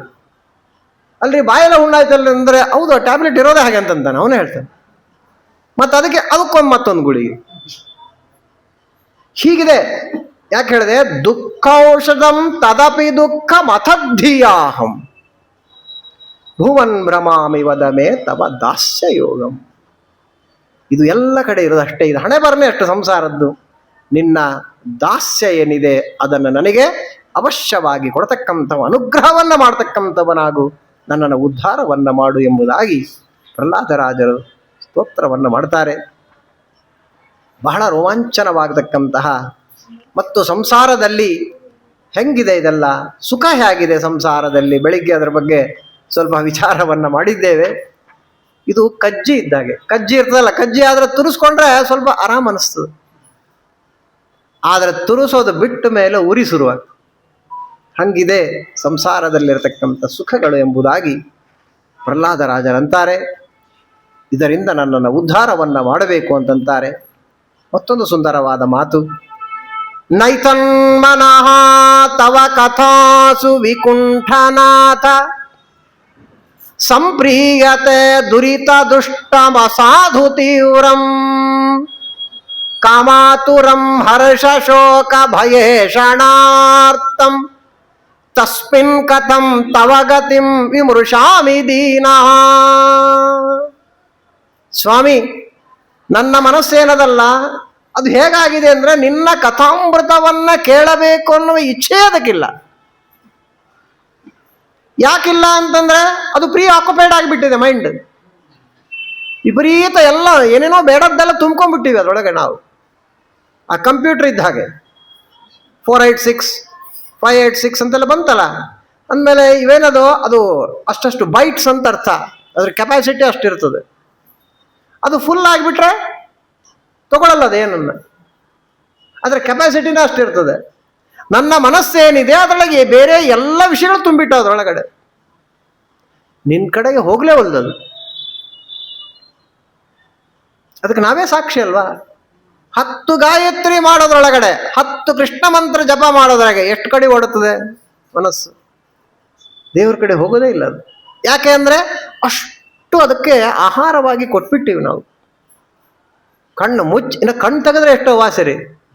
ಕಣ್ಣು ಮುಚ್ಚಿದ ಅಂದರೆ ಹೆಂಡತಿ ಮಕ್ಕಳು ಬಂದು ಬಳಗ ಇನ್ನೊಂದು ಮತ್ತೊಂದು, ಆಫೀಸ್ನಾಗ ಏನಿದೆ, ಆ ಫೈಲಾಗ ಏನಿದೆ, ಆ ಕಂಪ್ಯೂಟರ್ನಾಗ ಏನಿದೆ, ಇನ್ನೇನಿದೆ, ಆ ಸ್ವಾಮಿಗಳು ಈ ಸ್ವಾಮಿಗಳು, ಆ ಆಚಾರ ಈ ಆಚಾರ ಎಲ್ಲ ಒಂದು ತಲೆ ಒಳಗೆ ದೇವರೇ ಬರಲ್ಲ. ಯಾಕಂದ್ರೆ ಅಷ್ಟು ನಾವು ಅದಕ್ಕೆ ಫೀಡ್ ಮಾಡಿಬಿಟ್ಟಿದ್ದೇವೆ. ಅದರಂತಾರೆ ಮಹಾನುಭಾವರು, ಕಾಮಾತುರಂ ಹರ್ಷ ಶೋಕ ಭಯೇಷಣಾರ್ಥಂ. ನಾನಾ ವಿಧವಾದ ನಮ್ಮ ಕಾಮನೆಗಳು, ಅವುಗಳನ್ನ ತೀರಿಸಿಕೊಳ್ಳಬೇಕು ಅಂತ ಹೊರಡ್ತಕ್ಕಂಥವನಾಗ್ತಾನೆ. ಅದರಿಂದ ನಾನಾ ವಿಧವಾದ ಕಷ್ಟಗಳು, ಭಯ, ಇನ್ನೊಂದು ಮತ್ತೊಂದು. ಹಾಗಾಗಿ ಇದರಲ್ಲಿ ಮುಳುಗಿಬಿಡ್ತಕ್ಕಂಥದ್ದಾಗಿದೆ ಅಂತ ಅಂತಾರೆ. ಇನ್ನು ನಮ್ಮ ಇಂದ್ರಿಯಗಳ ಬಗ್ಗೆ ಅಂತಾರೆ, ಜಿಕ್ವೈಕತೋಚ್ಯುತ ವಿಕರ್ಷತಿ ಮಾ ವಿತೃಪ್ತ. ಕಣ್ಣೊಂದು ಕಡೆ ಎಳಿತದೆ, ನೋಡಬಾರದ್ದನ್ನ ನೋಡಬೇಕು ಅಂತ ಕಣ್ಣಿಗೆ ಆಸೆ, ಕೇಳಬಾರದನ್ನ ಕೇಳಬೇಕು ಅಂತ ಕಿವಿಗೆ ಆಸೆ, ತಿನ್ನಬಾರದನ್ನ ತಿನ್ನಬೇಕು ಅಂತ ನಾಲಿಗೆಗೆ ಆಸೆ. ಅದೊಂದು ಕಡೆ ಎಳಿತದೆ, ಇದೊಂದು ಕಡೆ ಎಳಿತದೆ. ಹೇಗಿದೆ ಇದು ಅಂತಂದ್ರೆ, ಒಬ್ಬ ಅನೇಕವಾದ ಹೆಂಡಂದ್ರನ್ನ ಮದುವೆ ಮಾಡ್ಕೊಬಿಟ್ಟ ಅಂದ್ರೆ ಹೆಂಗವನ್ನ ಅನೇಕ ಹೆಂಡಂದ್ರು ಎಳೆಯತಕ್ಕಂಥವರಾಗ್ತಾರೋ ಆ ಥರ ನನ್ನ ಬಕ್ಕ ಪತ್ನಯ ಇವ ಗೇಹ ಪತಿಂಗ್ಲು ನಂದಿ ಎಂಬುದಾಗಿ ಸೊಲ್ಲಾದರಾಜರಂತಾರೆ. ಹೀಗೆ ಬಹಳ ಸುಂದರವಾದ ಅವರ ಹಾರ್ದ ಮತ್ತು ಯಾವ ರೀತಿಯಾಗಿರ್ತಕ್ಕಂಥದ್ದಾಗಿ ನಾವು ಸಂಸಾರದಲ್ಲಿ ಸಿಕ್ಕಾಕೊಂಡಿದ್ದೇವೆ ಎಂಬುದಾಗಿ ಅವೆಲ್ಲವನ್ನು ಹೇಳಿದರು. ಮೌನಂ ವ್ರತ ಶ್ರುತ ತಪೋಜ್ಜಯನ, ಇದಂತೂ ಅದ್ಭುತವಾದ ಶ್ಲೋಕ. ಮಹಾನುಭಾವರಾದ ಪ್ರಹ್ಲಾದ ಮಹಾರಾಜರಂತಾರೆ, ನಾವು ಹೇಗಿದ್ದೇವೆ ಅಂತ ತೋರಿಸ್ತಾರೆ. ಮೌನ ಅಂದರೆ ಮೌನ ವ್ರತ, ಅಥವಾ ಎರಡು ಬಿಡಿಸಿದರೆ ಬೇರೆ ಬೇರೆ. ಒಂದು ಮೌನ ಅನ್ನೋದು, ಇನ್ನೊಂದು ಬೇರೆ ಬೇರೆ ವ್ರತಗಳು. ಜಪ, ಶಾಸ್ತ್ರಾಧ್ಯಯನ, ತಪಸ್ಸು ಮತ್ತು ಸ್ವಧರ್ಮಾಚರಣೆ, ವ್ಯಾಖ್ಯಾನ ಮಾಡುವುದು, ಏಕಾಂತದಲ್ಲಿ ವಾಸ ಮಾಡತಕ್ಕಂಥದ್ದು, ಸಮಾಧಿ ಸ್ಥಿತಿ ಅಂದರೆ ಧ್ಯಾನಾದಿಗಳಾಗಿರ್ತಕ್ಕಂಥದ್ದು, ಇಂದ್ರಿಯ ಜಯ. ಇವೆಲ್ಲ ಏನವ ನೋಡ್ರಿ, ಇದು ಭಕ್ತಿಯಿಂದ ಕೂಡಿದ್ರೆ ಅದು ಮೋಕ್ಷ ಸಾಧನ. ಭಕ್ತಿ ಮೈನಸ್ ಆಗಿ ಇದೆಲ್ಲ ಇದೆ ಅಂತಂದ್ರೆ ಅಷ್ಟಕ್ಕೆ ಉಪಯೋಗ ಬೀಳ್ತಂತೆ. ಏನು ಆಚಾರ್ಯ ಅವರು, ಅಯ್ಯೋ ಅಯ್ಯೋ ಅಯ್ಯೋ ಏನಿರೋದಿಲ್ಲ ಒಳಗೆ, ಫೇಮಸ್ ಆಗಿಬಿಡ್ತಾನೆ ಅಷ್ಟೇ. ಭಯಂಕರ ಫೇಮಸ್ ಆಗಿಬಿಡ್ತಕ್ಕಂಥವ್ನಾಗ್ತಾನೆ. ಅಂಥವ್ರಿಗೆ ಏನಾಗ್ತದೆ ಇವೆಲ್ಲ? ಏನ್ರಿ ಅವ್ರು ಏನು ವ್ರತ ಮಾಡ್ತಾರೆ, ಏನು ಜಪ, ಏನು ಕತೆ, ಏನು ಮೌನವ್ರತ, ಅದೆಲ್ಲವೂ ಜೀವನೋಪಾಯಕ್ಕೆ ಆಗ್ತದೆ. ಅಂದ್ರೆ ಮೋಸ, ಇನ್ನೊಬ್ಬರಿಗೆ ಮೋಸ ಅಷ್ಟೇ. ಅದು ಕೂಡ ತಾತ್ಕಾಲಿಕ ಅಂತಾರೆ ಪ್ರಹ್ಲಾದರಾಜರು. ಇವನ್ ಏನು ಮೋಸ ಇದೆ, ಇವನ್ದೇನಿದೆ ಅಂತ ಗೊತ್ತಾಗ್ಬಿಟ್ರೆ ಯಾರು ನಿನಗೆ ಮರ್ಯಾದೆ ಕೊಟ್ಟಿದ್ರೋ ಅವರೇ ನಿನಗೆ ಅವಮರ್ಯಾದೆಯನ್ನು ಮಾಡತಕ್ಕಂಥವರಾಗ್ತಾರೆ. ನಿನ್ನ ಹುಳುಕೆ ಅನ್ನೋದು ಹೊರಗೆ ಬಿದ್ದ್ಬಿಡ್ತಕ್ಕಂಥದ್ದಾಗ್ತದೆ. ಬರೀ ನಾಟಕ ಆಡ್ತಾನೆ ನೀವು ಆಚಾರ್ಯ ಅಂತ ಅಂದ್ಬಿಡ್ತಾರಿಲ್ಲ. ಅದನ್ನಂತಾರೆ. ಹಾಗಾಗಿ ಇವೆಲ್ಲ ಏನವಲ್ಲ, ನಾನಾ ರೀತಿಯಾಗಿರ್ತಕ್ಕಂಥ ವ್ರತ, ಉಪವಾಸ, ಇನ್ನೊಂದು ಮತ್ತೊಂದೆಲ್ಲ ಮಾಡ್ತೇವಲ್ಲ, ಇನ್ನೊಬ್ಬರು ಬೈಲಕ್ ಮಾಡ್ತೀವಿ ನಾವು. ಏನ್ರಿ ಅವರು ಏಕಾಶಿನ ಮಾಡಲಿ ಅವರು ಅಂತ ತಾನು ಮಾಡ್ತಾನೆ ಅಂತ. ನೀ ಏಕಾಶಿ ಮಾಡ್ತೀಯ ಅಂತ ಯಾರು ಮಾಡ್ತಾ ಇಲ್ಲ ಅವ್ರನ್ನ ಬೈಲಕ್ ಉಪಯೋಗಿಸ್ಬೇಡ. ಪಾಪ ಅವರಿಗೂ ಏಕಾಶಿ ಮಾಡೋ ಹಾಗೆ ದೇವರೇ ಅವರಿಗೂ ಬುದ್ಧಿ ಕೊಡು ಅಂತ ನೀ ಕೇಳ್ಕೋಬೇಕು ಹೊರತು ಇನ್ನೊಬ್ಬರನ್ನ ಆಕ್ಷೇಪ ಮಾಡು. ನೀನು ಮಾಡ್ತಾ ಇದ್ದಿ ಅಂತ ಇನ್ನೊಬ್ಬರನ್ನ ಆಕ್ಷೇಪ ಮಾಡ್ಲಿಕ್ಕೆ ಹೋಗಬೇಡ. ಅದು ಭಕ್ತಿ ಅಲ್ಲ. ಹಾಗೆ ಮಾಡಬೇಡ. ಅಷ್ಟು ಕಳಕಳಿದ್ರೆ ಅವರಿಗೂ ತಿಳಿ ಹೇಳು, ಅವರಿಗೆ ಸಪೋರ್ಟ್ ಮಾಡು, ಅವರು ಸನ್ಮಾರ್ಗದಲ್ಲಿ ಬರುವಂತೆ ಮಾಡು. ಸತ್ಯ ಆತ್ಮತೀರ್ಥರಿದ್ದಾರಲ್ಲ ಹಾಗೆ ಒಬ್ಬರ ಬಗ್ಗೆನ ಏನಾದರೂ ಮಾತಾಡ್ತಾರ ಮಹಾನುಭಾವರು. ಎಷ್ಟು ಹುಚ್ಚಾಪಟ್ಟಿ ಮಾತಾಡ್ತಾರ ಅವ್ರ ಬಗ್ಗೆ. ಅಂಥ ಗುರುಗಳು ಸಿಗಲಕ್ಕೆ ಸಾಧ್ಯನ? ಏನು ಗುಣ, ಏನು ಜ್ಞಾನ, ಏನು ವೈರಾಗ್ಯ ಅಂಥವ್ರನ್ನ ಅಂತಾರಂದ್ರೆ ನಮಗೆ ಆಶ್ಚರ್ಯ ಆಗುತ್ತೆ. ಏನು ನೋಡಿ ಅಂತೀರಪ್ಪ ಅವ್ರನ್ನ? ಏನಂಥದ್ದು ಕಾಣ್ತದೆ ನಿಮಗೆ ಅದರೊಳಗಡೆ? ಗುಣವೇ ಕಾಣೋದಿಲ್ಲ ನಮಗೆ. ಅದಕ್ಕೆ ರಾಘವೇಂದ್ರ ವಿಜಯಕಾರ ಏನು ಹೇಳಿದ್ರು ಗೊತ್ತಾ? ಇಂಥವ್ರು ಎಂಥವ್ರು ಅಂತಂದ್ರೆ ಅದು ಕಾಗಿ ಇದ್ದ ಹಾಗೆ ಅಂತ ಬೈದ್ಬಿಟ್ರು. ಕೋಗಿಲೆ ಇದೆ, ಕಾಗಿ ಇದೆ. ಕೋಗಿಲೆ ಚಿಗುರು ಎಲೆಯನ್ನ ಆರಿಸಿಕೊಂಡು ಹೋಗ್ತದೆ. ಕಾಗಿ ಹಾಗಲ್ರಿ, ಬೇವಿನ ಹಣ್ಣನ್ನು ಆರಿಸ್ಕೊಂಡು ಹೋಗ್ತದೆ, ಕಹಿ ಆಗಿರ್ತಕ್ಕಂಥ ಆರಿಸ್ಕೊಂಡು ಹೋಗ್ತದೆ. ಹಾಗೆ ದೋಷ ಬುದ್ಧಿನೇ ಇರ್ತಕ್ಕಂಥವರೇನಿದ್ದಾರೆ ದೋಷವನ್ನೇ ಹುಡುಕ್ತಾ ಹೋಗ್ತಾರೆ ಹೊರತು ಅವರಿಗೆ ಗುಣಗಳು ಕಾಣೋದೇ ಇಲ್ಲ ಅಂತವರಿಗೆ. ಆ ಥರ ಇರಬಾರದು ಅಂತ ರಾಘವೇಂದ್ರ ವಿಜಯಕಾರ ನಮಗೆ ಎಚ್ಚರಿಕೆ ಕೊಟ್ಟಿದ್ದಾರೆ ಪ್ರಾರಂಭದಲ್ಲಿ. ಹಾಗಾಗಿ ಗುಣಗ್ರಾಹಿಯಾಗಿ ಬದುಕಬೇಕೆ ಹೊರತು ಜೀವನದಲ್ಲಿ. ಹಂಗೆ ನೀ ದೋಷ ಹುಡುಕ್ತಾ ಹೋದ್ರೆ ಎಲ್ಲಿಲ್ಲ ದೋಷ. ಏನಿವರು ಭಯಂಕರ ವ್ಯಾಟ್ಸಾಪ್ ಗಿಟ್ಸಾಪ್ ಒಳಗಳೆಲ್ಲ ಇಂಥ ಪರಿ ಮಾತಾಡ್ತಾರಲ್ಲ ಆಚಾರ್ಯ ಸ್ವಾಮಿಗಳಂತ, ನಾನು ಅವ್ರಿಗೆ ಕೇಳ್ತೇನೆ, ನಿಮ್ಮ ಅಪ್ಪ ಅಮ್ಮನಲ್ಲಿ ದೋಷ ಕಾಣ್ತಾವೋ ಇಲ್ಲ? ಹಾಕ್ಸಿ ನೋಡೋಣ ಪೇಪರ್ ಒಳಗೆ, ಹಾಕು ವ್ಯಾಟ್ಸಪ್ ಒಳಗೆ ನೋಡೋಣ. ಅಪ್ಪ ಅಮ್ಮಕ್ಕಿಂತ ದೊಡ್ಡವರು ತಾನೆ ಗುರುಗಳು. ಅದೇ ಭಾಗವತ ಹೇಳ್ತದಲ್ಲ, ಉತ್ತಮರು ಅಂತ ಯಾರಿರ್ತಾರೆ ಅವರೆಲ್ಲ ದೋಷಗಳನ್ನು ಎಣಿಸಬಾರದಂತ ಭಾಗವತ ಹೇಳ್ತಾ ಇಲ್ವಾ? ಅದು ಕಿವಿ ಕಣ್ಣಿಗೆ ಬಿದ್ದಿಲ್ವಾ? ಬಟ್ ಏನೋ ಸಂಕಟ ಅಷ್ಟೆ, ಇನ್ನೇನಿಲ್ಲ. ಅದಕ್ಕೆ ಹಾಗಾದ್ರೂ ಮಾಡಿ ಏನೋ ಒಂದು ದೋಷ ಹೇಳಿ ಅವ್ರನ್ನ, ಈ ಥರ ಬುದ್ಧಿ ಇದ್ರೆ ಹೆಂಗೆ ನಾವು ಸಾಧನೆಯಲ್ಲಿ ಹೋಗ್ತೀವಿ ಮುಂದುಗಡೆ ನಾವು? ಹಾಗಾಗಿ ಹಾಗೆ ಹೋಗಬಾರದು. ಹಾಗಾಗಿ ಇವೆಲ್ಲ ಏನಿವೆ ಇದು ಸಾಧನೆಗೆ ಅತ್ಯಂತ ಉಪಯುಕ್ತವಾಗಿರ್ತಕ್ಕಂಥದ್ದಾಗಿದೆ. ಡಾಂಭಿಕತನ ಏನಿದೆ ಅದರಿಂದ ಉಪಯೋಗ ಬೀಳುವುದಿಲ್ಲ. ಡಂಭಾಚಾರವನ್ನ ಮಾಡಬೇಡ. ಸ್ವಯಂ ನೀನು ಉದ್ಧಾರಕ್ಕೋಸ್ಕರವಾಗಿ ಇವನ್ನೆಲ್ಲ ಮಾಡಬೇಕೆ ಹೊರತು ಇನ್ನೊಬ್ಬರಿಗೋಸ್ಕರವಾಗಿ ಎಷ್ಟಂತ ಮಾಡಲಿಕ್ಕೆ ಸಾಧ್ಯ ಅನ್ನುವುದನ್ನ ಪ್ರಹ್ಲಾದ ಮಹಾರಾಜರು ಏನು ಒಂದೊಂದು ಸ್ತೋತ್ರವನ್ನು ಮಾಡಿದಾಗ ಶ್ರೀ ಭಗವಾನ್ ಉವಾಚ ಪ್ರಹ್ಲಾದ ಭದ್ರ ಭದ್ರಂತೆ ಪ್ರೀತೋಹಂತೆ ಅಸುರೋತ್ತಮ. ಪ್ರಹ್ಲಾದ ಅತ್ಯಂತ ಪ್ರೀತನಾಗಿದ್ದೇನೆ, ಆ ಸ್ತೋತ್ರಗಳೇ ಹಾಗಿವೆ. ವರಂ ಋಣೀಶ್ವ ಅಂದ್ಬಿಟ್ಟ ಪರಮಾತ್ಮ, ಬೇಕಾದ ವರವನ್ನ ಕೇಳು ಅಂತಾರೆ ನೋಡಿ. ವರ ಕೇಳು ಅಂತಂದ್ರೆ ಪ್ರಹ್ಲಾದ ಮಹಾರಾಜರಂತಾರೆ ವರ ಕೇಳೋದಿಲ್ಲ ಅಂತಾರೆ ಅವರು. ಆಶ್ಚರ್ಯ ಆಗಿಬಿಡ್ತದೆ ಒಂದೊಂದು ಮಾತುಗಳಲ್ಲಿ ಕೇಳ್ತಕ್ಕಂಥದ್ದಾದ್ರೆ. ಅವ್ರಂತಾರೆ ನೋಡ್ರಿ, ಯಸ್ತ ಆಶಿಷ ಆಶಾಸ್ತೆ ಸನಭೃತ್ಯ ಸವೈವಣಿಕ.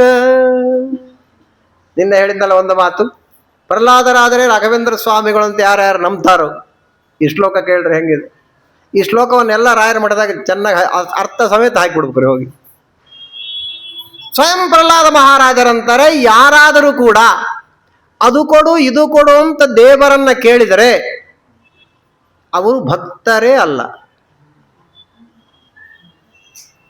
ಮತ್ತೇನವರು? ಸವೈ ವಣಿಕ್ ಅಂದ್ಬಿಟ್ರೆ ಅವರು ವ್ಯಾಪಾರಿಗಳು. 50 ರೂಪಾಯಿ ಕೊಡೋದು, ಅರ್ಧ ಕೆಜಿ ಸಕ್ಕರೆ ತಗೊಳ್ಳೋದು, ಇನ್ನೊಂದು ಕೊಡೋದು ತರಕಾರಿ, ಇದು ತಾನೇ ನಾವು ಮಾಡೋದು. ಅಂದ್ರೆ ಲೇವಾದೇವಿ ವ್ಯಾಪಾರ ಇದು.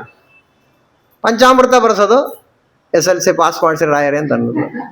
ಹಸ್ತೋದಕ ಅದು ನಗದು ಹಸ್ತೋದಕ, ರಾಯರಿಗೆ ಹತ್ತೋದಕ್ಕೆ ಅಲ್ಲ ಅದು, ಇವನು ಊಟಕ್ಕೆ ಅದು ನಗದು ಹತ್ತೋದಕ ಬರೆಸ್ತಾನೆ. ಮತ್ತೇನೋ ಒಂದು ಪ್ರಮೋಷನ್ ಕೊಡ್ರಿ ಅಂತ ಕೇಳ್ತಾನೆ. ಏನಿದೆ ಅವಸ್ಥೆ? ಅವನು ವ್ಯಾಪಾರಿ. ಒಂದು ಮಾಡೋದು ಒಂದು ಕೇಳೋದು, ಇದೆಲ್ಲ ಇದು ವ್ಯಾಪಾರ. ದೇವರ ಜೊತೆಗೆ ವ್ಯಾಪಾರ ಮಾಡಬೇಡ್ರಿ ಅಂತ ಎಚ್ಚರಿಕೆ ಕೊಡ್ತಾ ಇದ್ದಾರೆ ಪ್ರಹ್ಲಾದರಾಜರು.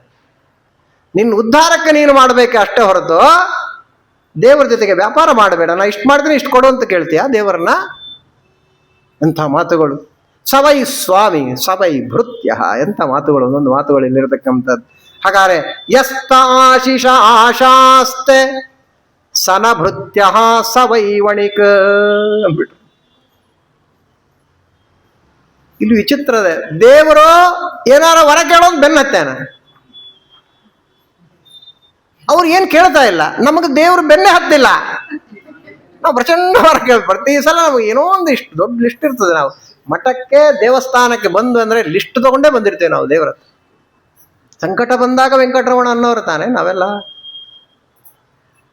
ಪರಮಾತ್ಮ ಫೋರ್ಸ್ ಮಾಡುವಾಗ, ಆಯ್ತು ಸ್ವಾಮಿ ನೀ ಕೇಳಂತೆಯಲ್ಲ, ನಿನಗೆ ವಿರುದ್ಧವಾಗಿ ನಾನು ಆಡಬಾರದಾದ ಕಾರಣ ಕೇಳಿಬಿಡ್ತೀನಿ ಅಂದ್ರು. ಏನ್ ಕೇಳ್ತಾರೆ?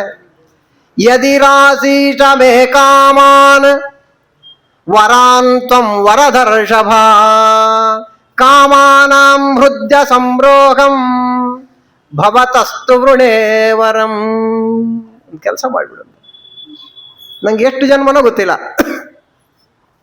ಯಾವ ಜನ್ಮದಲ್ಲಿ ಕೂಡ ನಿನ್ನನ್ನು ಅದು ಕೊಡು ಇದು ಕೊಡು ಅಂತ ಕೇಳುವ ಮನಸ್ಸೇ ನನಗೆ ಬರಬಾರದು. ಅದೇ ವರವಾಗಿ ಕೊಟ್ಬಿಡು ಹೋಗತ್ಲಾಗ. ಎಂತ ಮಾತಾಡಿದ್ರು, ಯಾವ ಹೈಟಲ್ಲಿ ಇದ್ದಾರೆ ಮಹಾನುಭಾವರು, ವಿಚಾರ ಮಾಡಿ.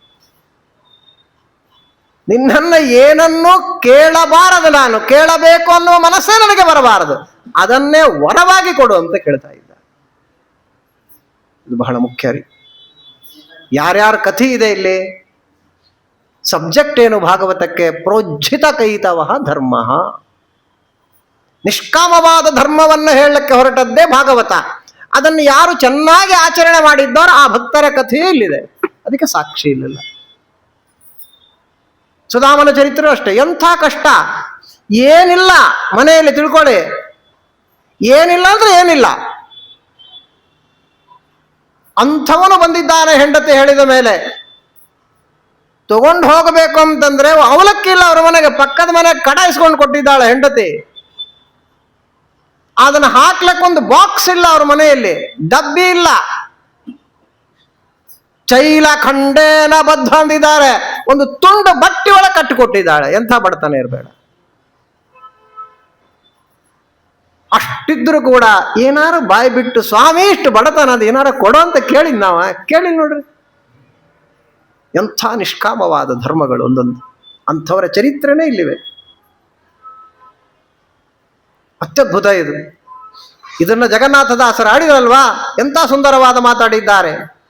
ಬೇಡದಂದದಿ ಮಾಡು ಪುರುಷಾರ್ಥಗಳ ಸ್ವಪ್ನದಲ್ಲಿ, ಜಗನ್ನಾಥದಾಸರು ನೀಡುವಡೆ ನಿನ್ನಂಗ್ರಿ ಕೊಂಡಾಡುವ ಭಾಗವತರ ಒಡನಾಡಿಸನ್ನ ಜನುಮ ಜನುಮಗಳಲ್ಲಿ ಮರೆಯದಲೇ. ಜಗನ್ನಾಥದಾಸರು ಹೇಳ್ತಾರೆ, ಮಹಾನುಭಾವರು. ಏನ್ ಕೇಳ್ಬಾರ, ಹೌದ್ರಿ ಏನ್ ಕೇಳ್ಬಾರ ಅಂತ ಹೇಳ್ಬಿಟ್ರು ಅವ್ರು. ದೇವರೆದುರಿಗೆ ಹೋಗಿ ಕೇಳಿದ್ರೆ ಹೆಂಗಿರ್ತದೆ ಅಂತಂದ್ರೆ ಅದಕ್ಕೊಂದು ದೃಷ್ಟಾಂತ ಕೊಡ್ತಾರೆ ಜಗನ್ನಾಥದಾಸರು. ಕ್ಷೋಣಿಪತಿ ಸುತನೆನಿಸಿ ಕೈ ದುಗ್ಗಾಣಿಗೊಡ್ಡುವ ತೆರದಿ ಸುಮನಸಧೇನು ಮನೆಯೊಳಗಿರಲು ಗೋಮಯ ಬಯಸುವಂದದಲ್ಲಿ. ಏನು ಮಾತು ನೋಡಿ ಹೆಂಗೆ ಜಗನ್ನಾಥದಾಸರು. ಕ್ಷೋಣಿಪತಿ ಸುತನೆನಿಸಿ, ಇಡೀ ಭೂಮಂಡಲಕ್ಕೆ ಚಕ್ರವರ್ತಿ ನಮ್ಮಪ್ಪ ಅಂತ ಇಟ್ಕೊಳ್ರಿ. ಅಂತಹ ಚಕ್ರವರ್ತಿಯ ಮಗನಾಗಿ ಇನ್ನೊಬ್ಬರು ಒಂದು ಹೊರಡಿ ಬಿಡಿಕಾಸು ಕೊಡುವಂತ ಕೈ ಒಡ್ಡಿದ್ರೆ ಹೇಗೋ, ಸುಮನಸಧೇನು ಮನೆಯೊಳಗಿರಲು ಬೇಡಿದ್ದನ್ನೆಲ್ಲ ಕೊಡುವಂತಹ ಕಾಮಧೇನು ನಮ್ಮ ಮನೆಯಲ್ಲಿದ್ದಾಗ ಗೋಮ ಸೆಗಣಿ ಕೇಳ್ತಿರಲ್ಲೋ. ಕಲಿಯುಗ ಕಾಮಧೇನು ಅಂತೀವಿಲ್ಲ ರಾಘವೇಂದ್ರ ಸ್ವಾಮಿಗಳನ್ನ. ಯಾರಾದ್ರೂ ಹೋಗಿ ನಿಮ್ ಗ್ರಂಥ ಓದೋ ಭಾಗ್ಯ ಕೊಡ್ರಿ, ಜ್ಞಾನಭಕ್ತಿ ವರ ಕೊಡ್ರಿ ಅಂತ ಕೇಳೋರು ಎಷ್ಟು ಜನ ಇದ್ದಾರೆ ಹೇಳ್ರಿ ನೋಡಿ. ಇಲ್ಲೇ ಇಲ್ಲ. ನಾವೇ ಕೇಳ್ತಾ ಇಲ್ಲ. ಶೂದ್ರಾದಿಗಳಂತೂ ಅದು ಯಾಕೆ ಕೇಳ್ತಾರೆ? ಅವ್ರಿಗೆ ಅದ್ರ ಜ್ಞಾನನೇ ಇಲ್ಲ. ಅವರೊಬ್ಬ ಸಾಯಿಬಾಬಾ ಅಂತ ತಿಳ್ಕೊಂಡ್ಬಿಟ್ಟಾರ. ಅವ್ರು ತಿಳ್ಕೊಂಬಿಟ್ಟು ಅವ್ರಿಗೇನು ಜ್ಞಾನ ಇಲ್ಲ. ಅವ್ರಿಗೆ ದುಬಿ ದುಬಿ ಬರ್ತಾರೆ, ಹುಂಡ್ಯಾಗ ದುಡ್ಡು ಹಾಕ್ತಾರೆ, ಅಟ್ಟೆ ಬೇಕು ನಮಗೆ, ಏನಿಲ್ಲ. ನನ್ನೇ ಎಷ್ಟೋ ಜನ ಕೇಳಾರ. ಪ್ರವಚನಕ್ಕೆ ಹೋಗ್ತೀವಲ್ಲ ಬೆಂಗಳೂರಾಗ, ರಾಯರ ಮಠಕ್ಕೆ ಅಂತ ಹೋಗಿರ್ತೀವಿ. ಸ್ವಾಮಿ ರಾಯರನ್ನು ಸಾಯಿಬಾಬಾ ಹೋಗ್ತಾರೆ, ಹೌದಲ್ಲ ಸ್ವಾಮಿ ಅಂತ ಕೇಳ್ತಾರೆ. ಪಾಪ ಅವ್ರಿಗೆ ಗೊತ್ತಿಲ್ಲ. ಹಂಗಿದೆ ಜಗತ್ತೊಳಗಡೆ. ಯಾಕೆ ಹೇಳಿದೆ? ಅದು ನೆನಪಾಗ್ತದೆ. ಸುಮನಸಧೇನು ಮನೆಯೊಳಗಿರಲು. ರಾಘವೇಂದ್ರ ಸ್ವಾಮಿಗಳ ಅನುಯಾಯಿಗಳಾಗಿದ್ದೇವೆ. ನಮ್ಮ ಮೇಲೆ ಕೃಪೆ ತೋರ್ಲಕ್ಕೆ ನಿಂತಾರ ಅವರು. ಪಾಪ ಅವರು ಕರುಣಾ ಸಾಗರರು. ಅವ್ರನ್ನ ಹೋಗಿ ಅದು ಕೊಡು ಇದು ಕೊಡು, ಅದು ಪ್ರಮೋಷನ್ ಕೊಡ್ರಿ, ಫಾರಿನ್ ಚಾನ್ಸ್ ಕೊಡಿಸ್ರಿ, ಲಾಟ್ರಿ ಹೊಡಿಲ್ಲ ಅಂತ ಕೇಳಿದ್ರಿ ಏನು ಹೇಳಬೇಕು? ಸೆಗಣಿ ಕೇಳಿದ ಹಾಗೆ ಅಂತ. ಕಾಮಧೇನು ಹತ್ರ ಹೋಗಿ ಸೆಗಣಿ ಕೇಳಿದ ಹಾಗೆ ಬೈತಾ ಇದ್ದಾರೆ ಜಗನ್ನಾಥದಾಸ. ವೇಣುಗಾನ ಪ್ರಿಯನ ಅಹಿಕ ಸುಖಾನುಭವ ಬೇಡದಲೆ ಲಕುಮಿ ಪ್ರಾಣನಾಥನ ಪಾದ ಭಕುತಿಯ ಬೇಡು ಕೊಂಡಾಡೋ. ಅದೇ ಹರಿಕಥಾಮೃತ. ಹರಿಕಥಾಮೃತ ಅಂದ್ರೆ ಭಾಗವತ, ಅದರ ಸಾರವಾಗಿರ್ತಕ್ಕಂಥದ್ದಾಗಿದೆ. ಹಾಗಾಗಿ ಪರಮಾತ್ಮನನ್ನ ಆ ತರಹದ ವರವನ್ನು ಕೇಳಿದಾಗ ಏನು ಪರಮಾತ್ಮನ ಎಷ್ಟು ಆನಂದ ಆಗಬೇಡ. ಇಂಥ ಭಕ್ತರಿದ್ರೆ ಸ್ತೋತ್ರ ಮಾಡಿ ಬತ್ತು. ಓಂ ನಮೋ ಭಗವತೆ ತುಭ್ಯಂ ಪುರುಷಾಯ ಮಹಾತ್ಮನೇ ಅಂತ. ಹರೇ ಅದ್ಭುತ ಸಿಂಹಾಯ ಬ್ರಹ್ಮಣೇ ಪರಮಾತ್ಮನೇ. ಇಷ್ಟು ಹೇಳಿದ್ರು ಕೂಡ ಪರಮಾತ್ಮಂದ ಏನಾರು ವರ ಕೇಳು ಮಾರಾಯ ಅಂತಾನೆ. ಮತ್ತೆ ದೇವ್ರು, ನಾನು ವರದ ರಾಜ, ಯಾರ್ಯಾರು ವರ ಕೊಡೋರಂತಾರ ಅವ್ರಿಗೆಲ್ಲ ರಾಜ ನಾನಪ್ಪ, ನಾನೇ ಬಂದು ಹೇಳ್ತಾ ಇದ್ದೇನೆ ವರ ಕೇಳೋದಂತ. ಮತ್ತೆ ದೇವರು ವರ ಕೇಳಂತಾನಲ್ರಿ. ಮತ್ತಂದ್ರು. ಪ್ರಹ್ಲಾದರಾಜರಂತಾರೆ, ಅಷ್ಟು ಕೇಳ್ತಿಯಾದ ಕಾರಣ ತಮಗೇನು ಕೇಳ್ಕೊಳ್ಳಿಲ್ಲ ಮಹಾನುಭಾವರು, ನಮ್ಮಪ್ಪನ ಉದ್ಧಾರ ಮಾಡಿಬಿಡಂತ. ನೋಡಿ ಎಷ್ಟು ಗುಣ ಇದೆ. ಯದ್ಯಪಿ 2 ಜೀವ ಅಲ್ಲಿದೆ, ಅಯೋಗ್ಯನನ್ನು ಉದ್ಧಾರ ಮಾಡುವಂತ ಅವರು ಕೇಳಲಿಕ್ಕೆ ಚಾನ್ಸೇ ಇಲ್ಲ, ಅದು ಆಗುವುದೂ ಇಲ್ಲ. ಒಳಗೇಳು ಜಯನಾಮಕನಿದ್ದ, ದುಷ್ಟರ ಸಂಘದಿಂದ ಅವನಿಗೂ ಕೂಡ ಅದರ ಪಾಲಿತ್ತು, ಆ ಪಾಪದ ಪಾಲು ಅದನ್ನು ಕಳೆದು ಅವನನ್ನು ಉದ್ಧಾರ ಮಾಡುವಂತ ಕೇಳಿಕೊಳ್ತಕ್ಕಂಥವರಾಗಿದ್ದಾರೆ. ಸಾಮಾನ್ಯ ಜನರಲ್ ಆಗಿ ವಿಚಾರ ಮಾಡೋದಾದರೂ ಕೂಡ ಎಂಥ ಅಪ್ಪ, ನಾನಾ ರೀತಿಯಲ್ಲಿ ಕೊಲ್ಲಕ್ಕೆ ಹೊರಟಿರ್ತಕ್ಕಂಥ ಅಪ್ಪ, ಅವನು ನೀನು ದೇವ್ರಂತ ಅವನಿಗೆ ಗೊತ್ತಿಲ್ಲ, ನಮ್ಮಪ್ಪನ ಉದ್ಧಾರ ಮಾಡು ಅಂತ ಕೇಳ್ತಾನಂದ್ರೆ, ಬೆಳಿಗ್ಗೆ ಹೇಳ್ದಲ್ಲ ನಮ್ಮಪ್ಪ ಸರಿಗಿಲ್ರಿ ಆಚಾರೆ, ಅವನು ಒಳ್ಳೆ ಮಾರ್ಗದಾಗ ಹಾಕಲಿಲ್ಲ ನಮ್ಮಪ್ಪ ನೀವು ಅಪ್ಪ ಅಮ್ಮನ ಬೈಕಲ್ತು ಕೂಡಬೇಡ. ನೋಡಿ ಪ್ರಹ್ಲಾದರಾಜನ್ ನೋಡಿ ಕಲಿಯತಕ್ಕಂಥದ್ದಿದೆ. ಪರಮಾತ್ಮ ಅಂದ, ಪ್ರಹ್ಲಾದ ನಿಮ್ಮಪ್ಪಲ್ಲೋ ತ್ರಿಸಪ್ತಭಿಃ ಪಿತಃ ಪೂತಃ, ನಿನ್ನ 21 ಕುಲ ಉದ್ಧಾರ ಆಗಿದೆ ನಡಿ ಅಂತ ಹೇಳ್ಬಿಟ್ಟು. ಇದಕ್ಕೆಲ್ಲ ಸಾಕಷ್ಟು ಇಲ್ಲಿ ಮತ್ತೆ ವ್ಯಾಖ್ಯಾನಗಳೆಲ್ಲ ಹೊರಟಿದೆ. 21 ಕುಲ ಇಲ್ಲೇ ಇಲ್ಲ ಅಲ್ಲಿ, ಹೌದಲ್ಲ. ಕಶ್ಯಪರ ಮಗನಾಗಿರ್ತಕ್ಕಂಥವನೇ ಹಿರಣ್ಯಕಶಿಪು, ಅವನ ಮಗನ ಇವನಿದ್ದಾನೆ. ಒಂದು 5 ತಲೆ ಆದ್ರೆ ಬ್ರಹ್ಮದೇವರು ಬಂದೇ ಬಿಟ್ರು, 21 ಎಲ್ಲದೆ ಅಂತೆಲ್ಲ ಬಹಳ ವಿಚಾರಗಳಲ್ಲಿ ನಡೆದಿದೆ. ಅದಕ್ಕೆಲ್ಲ ಸಮಯ ಇರತಕ್ಕಂಥದ್ದೆಲ್ಲ ಸಮಯ ಆಗಿ ಹೋಗಿರ್ತಕ್ಕಂಥದ್ದಾಗಿದೆ. ಇನ್ನು ಸಾಕಷ್ಟು ವಿಚಾರಗಳಲ್ಲಿವೆ. ಹೀಗೆ ಪ್ರಹ್ಲಾದರಾಜರನ್ನ ಉದ್ಧಾರವನ್ನ ಪರಮಾತ್ಮ ಮಾಡತಕ್ಕಂಥವನಾಗಿದ್ದಾನೆ ಅನ್ನುವ ಅತ್ಯದ್ಭುತವಾದ ವಿಚಾರವನ್ನ ಇಲ್ಲಿ ಹೇಳತಕ್ಕಂಥವರಾಗಿದ್ದಾರೆ. ಇಂತಹ ಪ್ರಹ್ಲಾದ ಮಹಾರಾಜರ ಚರಿತ್ರೆಯಿಂದ ಕೂಡಿದ ನರಸಿಂಹದೇವರ ಸ್ತೋತ್ರ, ನರಸಿಂಹದೇವರ ಈ ಕಥಾಮೃತವನ್ನ ಯಾರು ಕೇಳ್ತಾರೆ, ಏತತ್ ಪುಣ್ಯವಾಖ್ಯಾನಂ ವಿಷ್ಣೋರ್ವೀರ್ಯೋಪಬೃಂಹಿತಂ ಕೀರ್ತಯೇತ್ ಶ್ರದ್ಧಯಾ ಶ್ರುತ್ವಾ ಕರ್ಮಪಾಶೇರ್ ವಿಮುಚ್ಯತೆ. ಯಾರು ಭಕ್ತಿಯಿಂದ ಹೇಳ್ತಾರೆ ಕೇಳ್ತಾರೆ ಈ ಚರಿತ್ರೆಯನ್ನ, ಅವರು ಕರ್ಮದ ಪಾಶದಿಂದಲೇ ಮುಕ್ತರ. ಕರ್ಮದ ಪಾಶವೇ ಸಂಸಾರವಾಗಿದೆ, ಆದ ಕಾರಣ ಅದರಿಂದಲೇ ಮುಕ್ತಿ ಹೊಂದಿಬಿಡ್ತಕ್ಕಂಥವರಾಗ್ತಾರೆ ಎಂಬುದಾಗಿ ಹೇಳ್ತಾ ಇದ್ದಾರೆ. ನಾರದರಂತಾರೆ ಒಂದು ಮಾತನ್ನು, ಇಷ್ಟೆಲ್ಲ ಯಾರು ಹೇಳ್ತಾ ಇದ್ದಾರೆ, ಆ ರಾಜಸೂಯ ಯಾಗದಲ್ಲಿ ನಾರದರು ಧರ್ಮರಾಜ ಮಾಡಿದ ಪ್ರಶ್ನೆಗೆ ಅಲ್ಲಿ ಬೇಗ ಬೇಗ ಒಂದು 5 ನಿಮಿಷದಾಗ ಆಗಿರ್ತದಲ್ಲ, ಅದನ್ನು ವಿಸ್ತಾರವಾಗಿ ಇಲ್ಲಿ ನಮ್ಮ ಎದುರಿಗೆ ಹೇಳ್ತಕ್ಕಂಥದ್ದಾಗಿದೆ. ಅವಾಗ ನಾರದರಂತಾರೆ, ಧರ್ಮರಾಜ ಏನ್ ಪುಣ್ಯವಂತರಪ್ಪ ನೀವು, ಯೂಯಂ ನೃಲೋಕೆ ಬತ ಭೂರಿ ಭಾಗ ಲೋಕಂ ಪುನಾನಾ ಮುನಯೋಭಿಯಾಂತಿ. ನೀವು ನಿಜಕ್ಕೂ ಮಹಾ ಪುಣ್ಯವಂತರಪ್ಪ. ಲೋಕವನ್ನೇ ಪವಿತ್ರವನ್ನ ಮಾಡುವಂತಹ ಎಂತಿಂತ ಋಷಿಗಳು ಮುನಿಗಳು ಸದಾ ಬರ್ತಿರ್ತಾರಲ್ಲ ನಿಮ್ಮ ರಾಜ್ಯಕ್ಕೆ, ನಿನ್ನ ಹತ್ರ ಬರ್ತಾ ಇರ್ತಾರಲ್ಲೋ, ಅವರೆಲ್ಲ ಯಾಕೆ ಬರ್ತಾರೆ ಗೊತ್ತಾ ನಿನಗೆ ಅಂತ ಕೇಳ್ತಾರೆ ನಾರದರು. ಸಾಕ್ಷಾತ್ ಭಗವಂತನಾದ ಶ್ರೀಕೃಷ್ಣ ಏನಿದ್ದಾನಲ್ಲ, ಅವನು ಯಾವಾಗಲೂ ನಿಮ್ಮಲ್ಲಿ ಬಂದಿರ್ತಾನೆ ಅಂತ ಅವರೆಲ್ಲ ಬರ್ತಾರೆ, ತಿಳ್ಕೋತ. ಅಷ್ಟು ಹೇಳಿ ಮಹಾನುಭಾವರಾದ ನಾರದರಂತಾರೆ, ಇಷ್ಟೊತ್ತು ಕಥೆ ಕೇಳಿದಲ್ಲ ನೀನು, ನರಸಿಂಹದೇವರ ಕತೆ, ಯಾರನ್ನು ತಿಳ್ಕೊಂಡೆ ಅವನನ್ನ?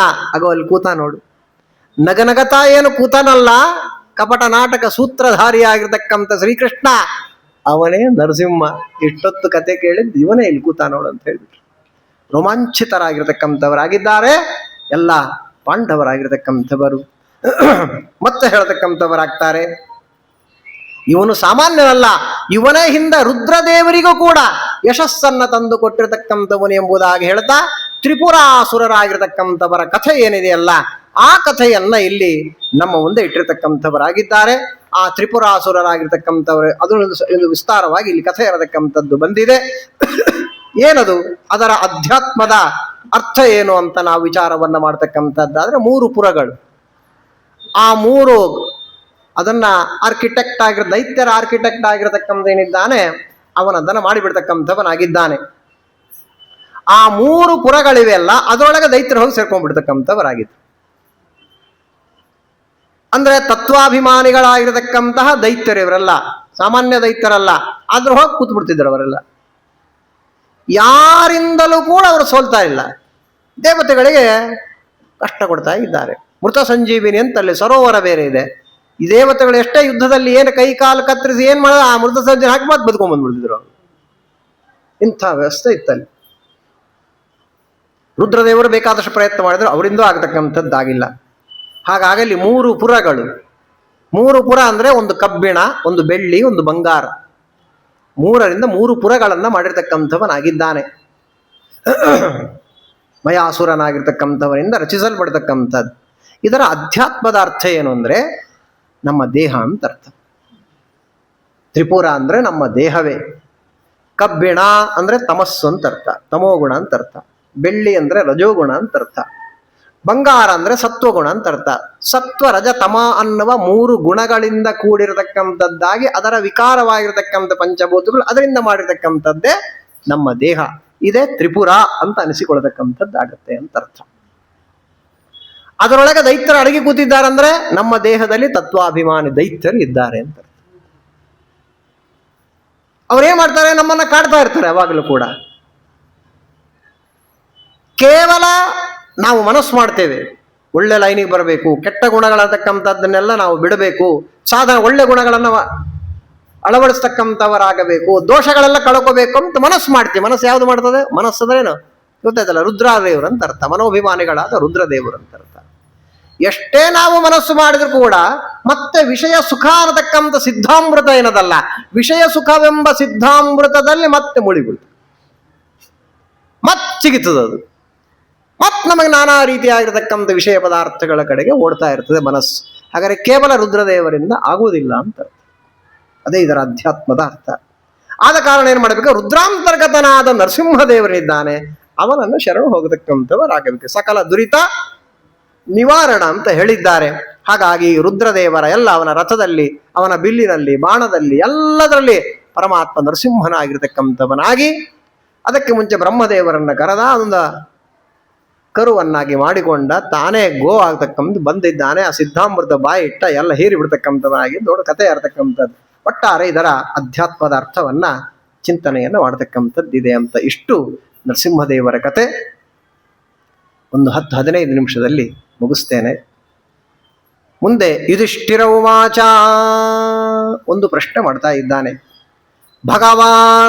ಭಗವನ್ ಶ್ರೋತುಮಿಚ್ಛಾಮಿ ನೃಣಾಂ ಧರ್ಮಂ ಸನಾತನಂ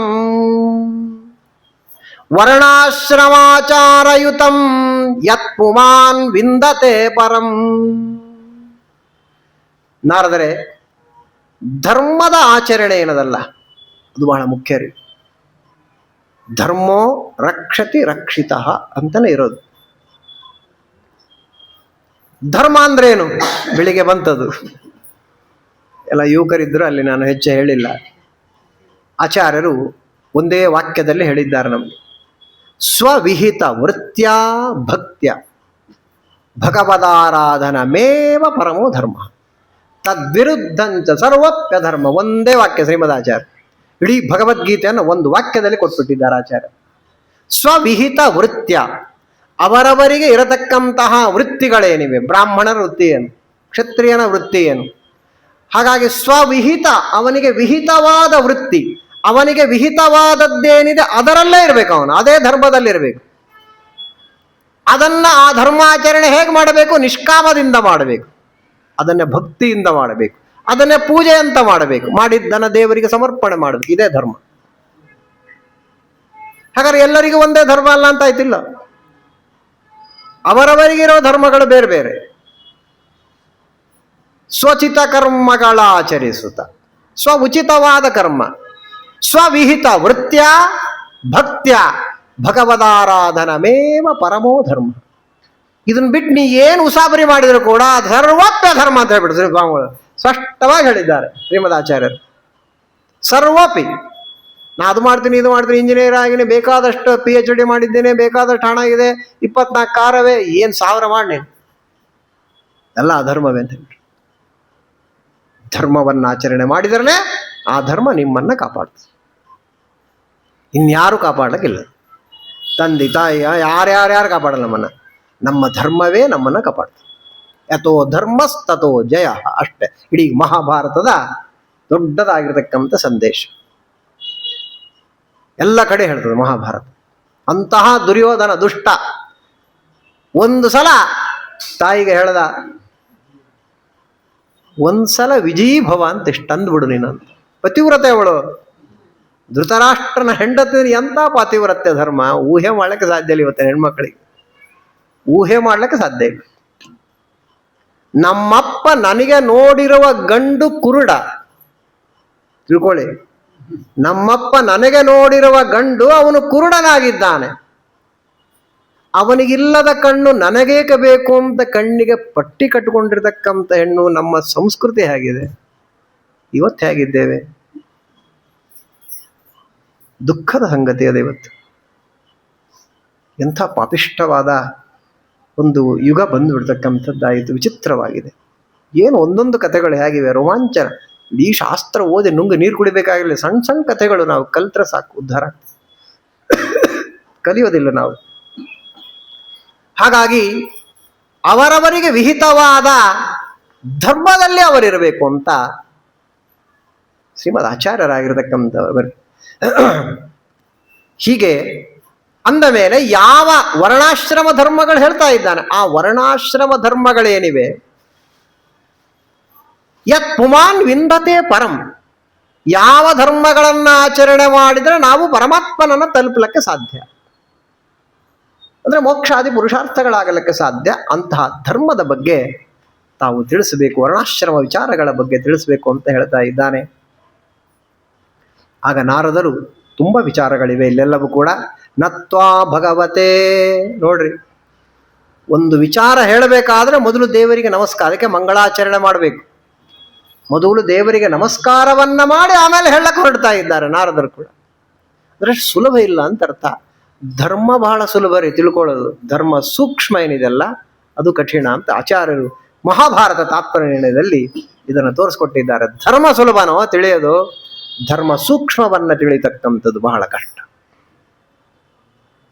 ಯಾರು ನನ್ನ ಗಾಂಧೀವ ಧನಸ್ಸನ್ನ ಅವಮಾನ ಮಾಡ್ತಾರೆ, ಕೆಳಗಿಡು ಅಂತಾರೆ, ಅವನ್ನ ಕೊಂದೇ ಬಿಡ್ತೇನೆ ಅಂತ ಅವನು ಪ್ರತಿಜ್ಞೆ, ಅದನ್ನ ಧರ್ಮರಾಜನೇ ಮಾಡಿಬಿಟ್ಟ.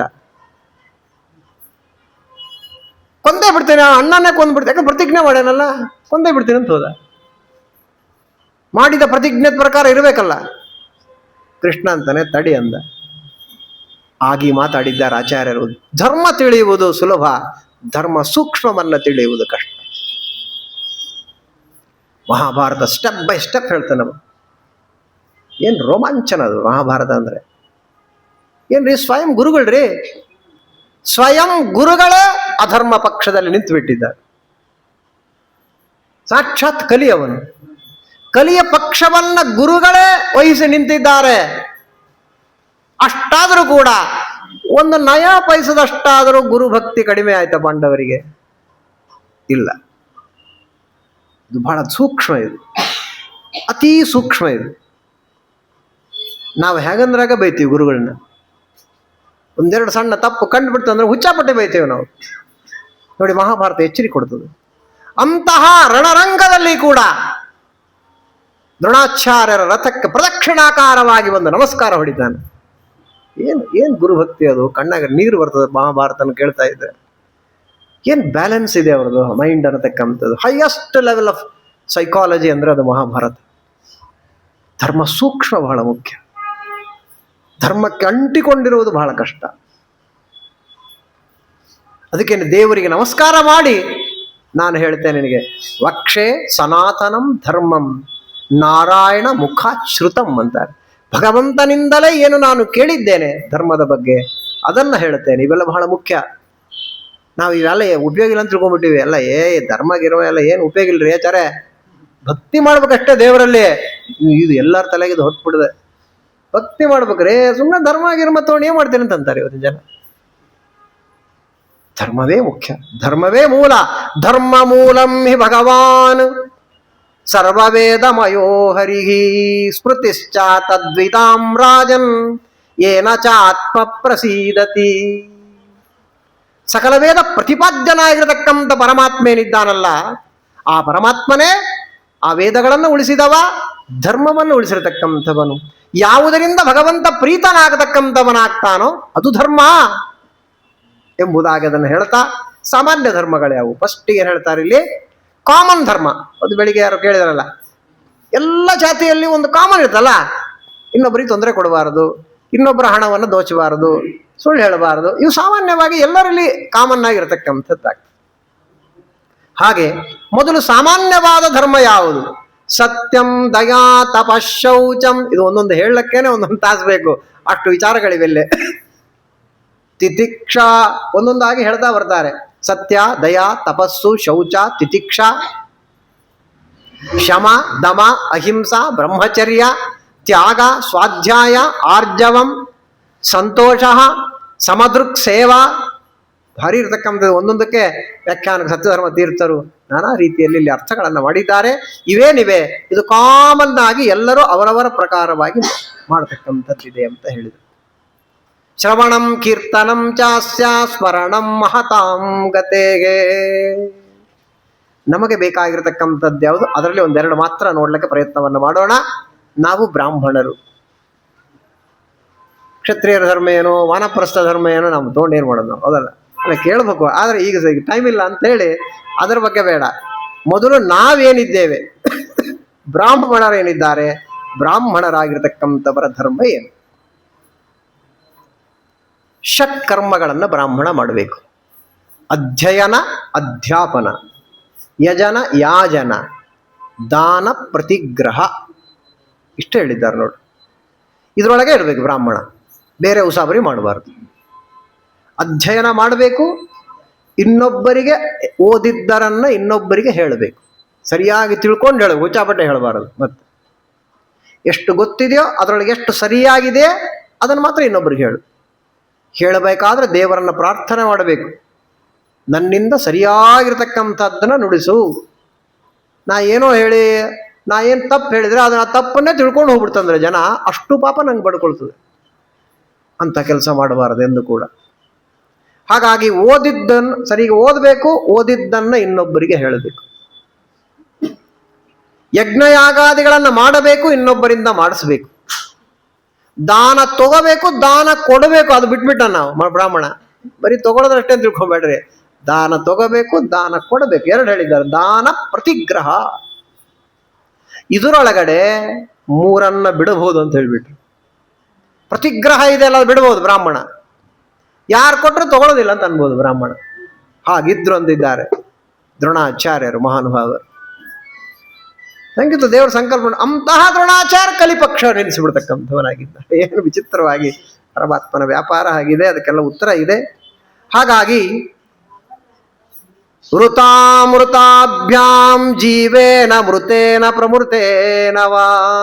ಬ್ರಾಹ್ಮಣ ಹೇಗಿರಬೇಕು ಅಂದ್ರೆ ವೃತ, ಅಮೃತ, ಪ್ರಮೃತ, ಸತ್ಯ, ಅನೃತ, ಈ ವೃತ್ತಿಗಳಿಂದಲೇ ಬ್ರಾಹ್ಮಣ ಬದುಕಬೇಕು ಅಂತ ಹೇಳ್ತಾ ಇದೆ ಭಾಗವತ. ವೃತ ಅಂದ್ರೆ ಏನು? ವೃತ ಅಂದ್ರೆ ಶಿಲೋಂಚ ವೃತ್ತಿ. ಏನದು ಶಿಲೋಂಚ ವೃತ್ತಿ ಅಂದ್ರೆ? ಎಲ್ಲ ಕೇಳಿದ್ರೆ ಆಶ್ಚರ್ಯ ಆಗ್ಬಿಡ್ತದೆ. ಎಲ್ಲೋ ಯಾರೋ ಹತ್ರ ಬೆನ್ನ ಹತ್ತಿ ನೌಕರಿ ಮಾಡೋರಿಗೆ ಯಾವ ಅರ್ಥನೇ ಆಗೋದಿಲ್ಲ. ಹೊಲ ಗದ್ದಿ ಇರ್ತಾವಲ್ರಿ, ಅಲ್ಲೆಲ್ಲ ತೊಗೊಂಡು ಹೋಗ್ಬಿಡ್ತಾರೆಲ್ಲ. ಫಸಲ್ ಏನು ಬರ್ತಲ್ಲ, ಪೈರೆಲ್ಲ ತೊಗೊಂಡು ಹೋಗ್ಬಿಟ್ಟಿರ್ತಾರೆ. ಪಕ್ಷಿಗಳು ಬಂದು ಅಲ್ಲಲ್ಲೇ ಕಾಳು ಬಿದ್ದ ಆರಿಸ್ಕೊಂತವು. ಅಂತಲ್ಲಿ ಹೋಗಿ ಏನು ಕಾಳು ಬಿದ್ದಿರ್ತವೆ ಅದನ್ನು ಆರಿಸ್ಕೊಂಡು ಬರಬೇಕು ಬ್ರಾಹ್ಮಣ. ಅದರಿಂದ ಜೀವನ ನಡೆಸಬೇಕು. ಅದರಿಂದಲೇ ನಾನಾ ವಿಧವಾದ ಬ್ರಾಹ್ಮಣರಿಗೆ ಊಟಕ್ಕೆ ಹಾಕ್ತಿದ್ರು. ಇದು ನಂಬರ್ 1 ಗ್ರೇಡ್ ಅಂತ ಹೇಳ್ತಾ ಇದ್ದಾರೆ. ಫಸ್ಟ್ ಗ್ರೇಡ್ ಬ್ರಾಹ್ಮಣ ಹೇಗೆ ಬದುಕಬೇಕು ಅನ್ನತಕ್ಕಂಥದ್ದು. ಇನ್ನೊಬ್ಬರನ್ನ ದೇಹಿ ಅನ್ನಬಾರದು ಅವನು. ಇದು ನಂಬರ್ 1. ಇದು ಅಮೃತ ಅಂತ ಇದೆ. ಏನದು ಅಮೃತ ಅಂದ್ರೆ? ಯಾಚನೆ ಮಾಡದೆ ಜೀವನ ನಡೆಸಬೇಕು, ಯಾರನ್ನು ಕೇಳಬಾರದು. ಇದು ನೆಕ್ಸ್ಟ್ ಗ್ರೇಡ್. ಯಾಚನೆ ಮಾಡಬಹುದು ಬ್ರಾಹ್ಮಣ, ಇದು ಮೃತ ಅಂತ ಹೆಸರು. ಯಾಚನೆ ಮಾಡಬಹುದು ಅವನು. ಪ್ರಮೃತ ವೃತ್ತಿ ಅಂದ್ರೆ ಕೃಷಿ ಮಾಡಬಹುದು, ಇದು ಆಪತ್ಕಾಲದಲ್ಲಿ ಮಾತ್ರ. ಮತ್ತೆ ಸತ್ಯ ಅಂದ್ರೆ ವ್ಯಾಪಾರ, ಬಿಸಿನೆಸ್ ಮಾಡಬಹುದು. ಏನೇನೋ ಬಿಸಿನೆಸ್, ಹೆಂಡ ಬಿಸಿನೆಸ್ ಎಲ್ಲ ಮಾಡಬಾರದು. ಹಾಲು ಮಾರೋದು, ಎಣ್ಣೆ ಮಾರೋದು ಎಂದು ಬ್ರಾಹ್ಮಣ ಆಪತ್ಕಾಲದಲ್ಲಿ ಮಾಡಬಾರದು ಅಂತ ಹೇಳಿದ್ದಾರೆ. ಆದರೆ ಎಂದೂ ಯಾವುದು ಮಾಡಬಾರದು ಅಂದ್ರೆ ನೀಚ ಸೇವನಾ ಶ್ವವೃತ್ತಿ. ನಾಯಿಯ ವೃತ್ತಿ ಅಂತಾರೆ. ಅದು ಚಪಾತಿ ಹೋಗಿದ್ರೆ ನಿಮ್ಮ ಮನೆ ಮುಂದೆ ಬಾಲ ಆಡಿಸ್ಕೊಂತ ನಿಂತಿರ್ತದೆ. ಆ ಥರ ಇನ್ನೊಬ್ಬರ ನಮಗಿಂತ ನೀಚರಾದವರ ಕೆಲಸವನ್ನ ಮಾಡಿಕೊಟ್ಟು ಅವರು ಕೊಡತಕ್ಕಂತಹ ಸಂಬಳಕ್ಕೆ ಕೈ ಒಡ್ತಾನಲ್ಲ, ಅದು ನೀಚ ವೃತ್ತಿ. ಇದನ್ನ ಬ್ರಾಹ್ಮಣ ಎಂಥ ಕಾಲದಲ್ಲಿ ಮಾಡಬಾರದು ಅಂತ ಹೇಳಿದ್ದಾರೆ. ಫಾರಿನ್ನಾಗಿದ್ದ ನಮ್ಮ ಮಗ, ತಿಂಗಳಿಗೆ 2 ಲಕ್ಷ ಸಂಬಳ ಅಂತ ಪ್ರಿಸ್ಟೀಜಿಂದ ಹೇಳ್ಕೊಂಡು ಓಡಾಡ್ತಾ ಇರ್ತಾರೆ ನಮ್ಮಲ್ಲಿ ಎಷ್ಟೋ ಜನ ಇವತ್ತು. ಇದು ನೋಡಿ, ಇದು ನಾಯಿ ವೃತ್ತಿನೇ. ಅದು ಬೇಜಾರು ಮಾಡ್ಕೋಬೇಡ್ರಿ. ಅಲ್ಲೇನಿದ್ದಾರಲ್ಲ ಅಲ್ಲಿ ಗೌರ್ಮೆಂಟ್ ಕೆಲಸಗಳು ಕಡಿಮೆ, ತಿಳ್ಕೊಳ್ಳಿ. ಫಾರಿನ್ ಕಂಟ್ರಿಯಲ್ಲಿ ಪ್ರೈವೇಟ್ ಕಂಪನಿಗಳೇ ಜಾಸ್ತಿ. ಅಲ್ಲಿ ಯಾರಲ್ಲಿ ಓನರ್ಗಳು ಎಲ್ಲ ಮ್ಲೇಂಚರು, ತುರುಕರು, ಕ್ರಿಶ್ಚಿಯನ್ರೇ ಅಲ್ಲಿರೋದು. ಅಂತಹ ಮ್ಲೇಂಚರಾಗಿರ್ತಕ್ಕಂಥವರ ಕಂಪನಿಯಲ್ಲಿ ನಿಮ್ಮ ಮಗ ಕೆಲಸ ಮಾಡ್ತಾನೆ ತಿಳ್ಕೊಳ್ಳಿ. ಕೊಡ್ತಿರ್ಬೋದು ಅವನು 2 ಲಕ್ಷ. ನೀಚ ಸೇವನ. ಯಾರಿಗೆ ಹೇಳ್ಬೇಕಿದೆಲ್ಲ? ನನ್ನೇ ಬೈತಾರೆ ಎಲ್ಲರೂ. ಪಂಡಿತರು ಬೈತಾರೆ, ಸ್ವಾಮಿಗಳು ಬೈತಾರೆ. ಇವೆಲ್ಲ ಹೇಳ್ಬೇಡ ನೀನಂತ. ಯಾಕೆ ಅಂದ್ರೆ ಮಠಕ್ಕೆ ದುಡ್ಡು ಬೇಕಲ್ಲ. ನಾನು ಸ್ವಲ್ಪ ನಿಷ್ಠುರ, ಅದರಿಂದ ನಡೆಸ್ಬೇಕಾ ಮಠಗಳು, ದೇವಸ್ಥಾನಗಳು? ಯಾಕೆ ಬೇಕದನ್ನ? ಬೇಕಾಗಿಲ್ಲ. ಅದು ವಿಚಿತ್ರವಾಗಿರತಕ್ಕಂತಹ ಕಾಲ ಬಂದುಬಿಡ್ತಕ್ಕಂಥದ್ದಾಗಿದೆ. ಕೆಲವರು ಹಾಳು ಮಾಡ್ತಾರೆ, ಮತ್ತೊಬ್ಬರು ಅದನ್ನ ಎಳೆದು ಇನ್ನೊಬ್ಬರು ಹಾಳು ಮಾಡತಕ್ಕಂಥ ಎಳಿತಾರೆ. ಏನು ಮಾಡ್ಲಿಕ್ಕಾಗಲ್ಲ. ಒಬ್ರು ಯಾರೋ ಮುಂದಿಡ್ತಾರೆ ಕಾಲು, ಒಬ್ರು ಮುಂದೆ ಕಾಲು ಇಟ್ಟ ಮೇಲೆ ಮತ್ತೆ ಇನ್ನೊಬ್ರು ಅದಕ್ಕೆ ಬಿದ್ದು ಬಿಡ್ತಾರೆ. ಇನ್ನೊಬ್ಬ ಸ್ವಾಮಿಗಳು ಕೂಡ ಏನು ಮಾಡ್ಬೇಕು? ಇಲ್ಲಾಂದ್ರೆ ನಮ್ಮ ಶಿಷ್ಯರೆಲ್ಲ ಅಲ್ಲೇ ಹೋಗ್ಬಿಡ್ತಾರೆ. ಇದು ಸಂಕಟ. ಹೌದು ಅಲ್ಲ ಹೇಳಿ? ಮತ್ತೆ ಇದಾಗಿದ್ದೇ ಹಾಗೆ ಇತಿಹಾಸದಲ್ಲಿ. ಒಬ್ಬರ್ಯಾರೋ ಲಿಬರಲ್ ಅಂತ ಆಗ್ತಾರೆ, ಜನ ಆ ಕಡೆ ಹೋಗ್ತಾರೆ. ನಾವೇ ಇದ್ದೀವಲ್ವಾ? ಮೊನ್ನೆ ಹೇಳಿದ್ದೇನೆ, ನಮ್ಮ ಸ್ವಾಮಿಗಳು ನಮ್ಮ ಆಚಾರ ಬಹಳ ಒಳ್ಳೆಯವರಪ್ಪ ಅಂತ. ಯಾಕೆ? ನಿಂಗೆ ಹೆಂಗ್ ಬೇಕು ಹಂಗಿದ್ದಾರೆ ಅವರು, ಅದಕ್ಕೆ ನಿಂಗೆ ಒಳ್ಳೆಯವರು.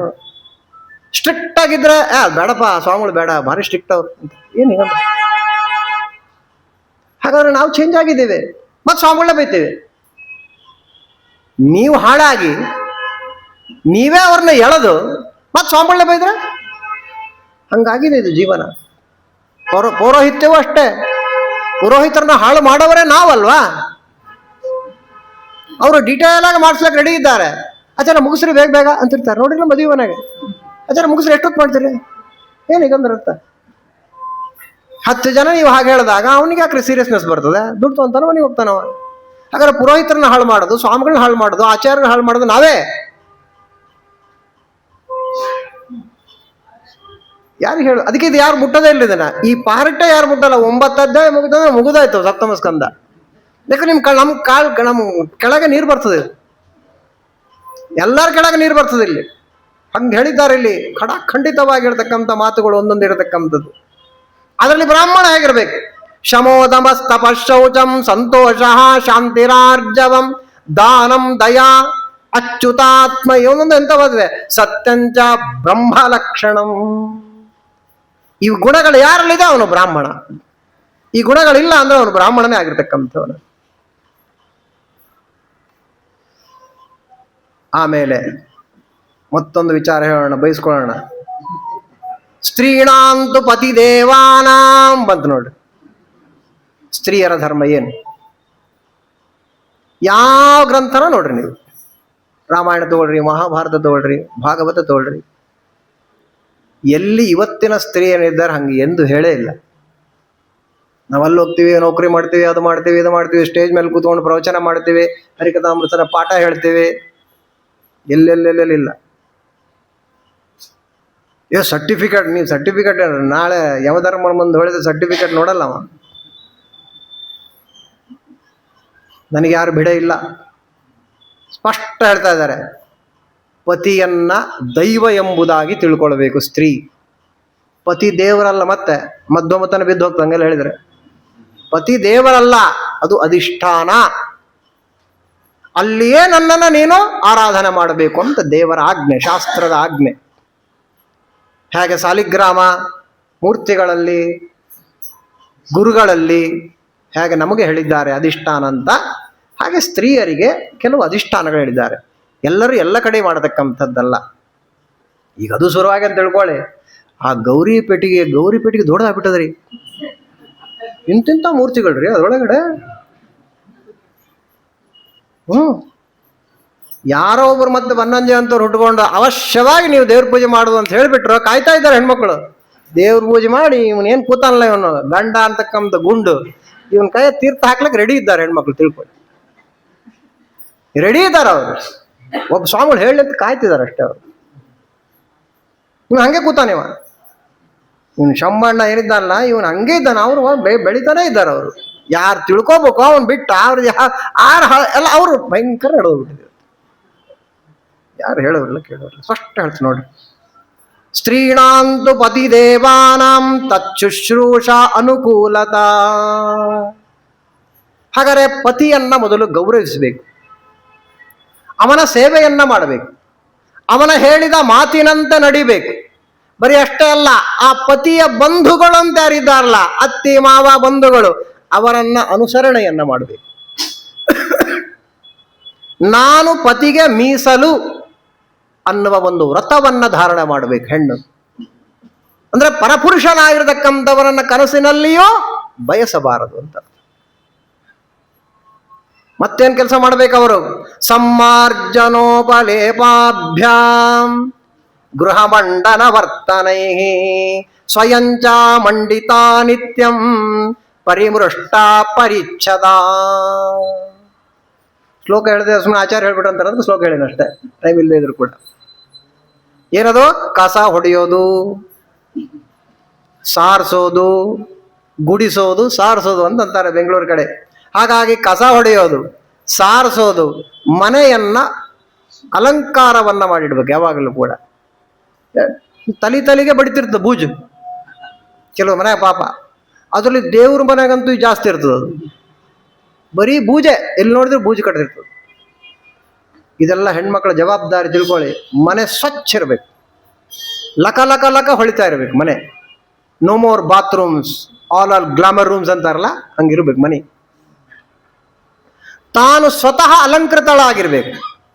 ಕೆಟ್ಟ ಮಾರಿ ಮಾಡೋದು, ಹುಚ್ಚುಚ್ಚಾಗಿರ್ತಕ್ಕಂಥದ್ದು, ಕೂದಲು ಹರ್ಕೊಂಡಿರ್ತಕ್ಕಂಥದ್ದು ಹೀಗಿರಲೇಬಾರದು ಹೆಣ್ಮಗಳು.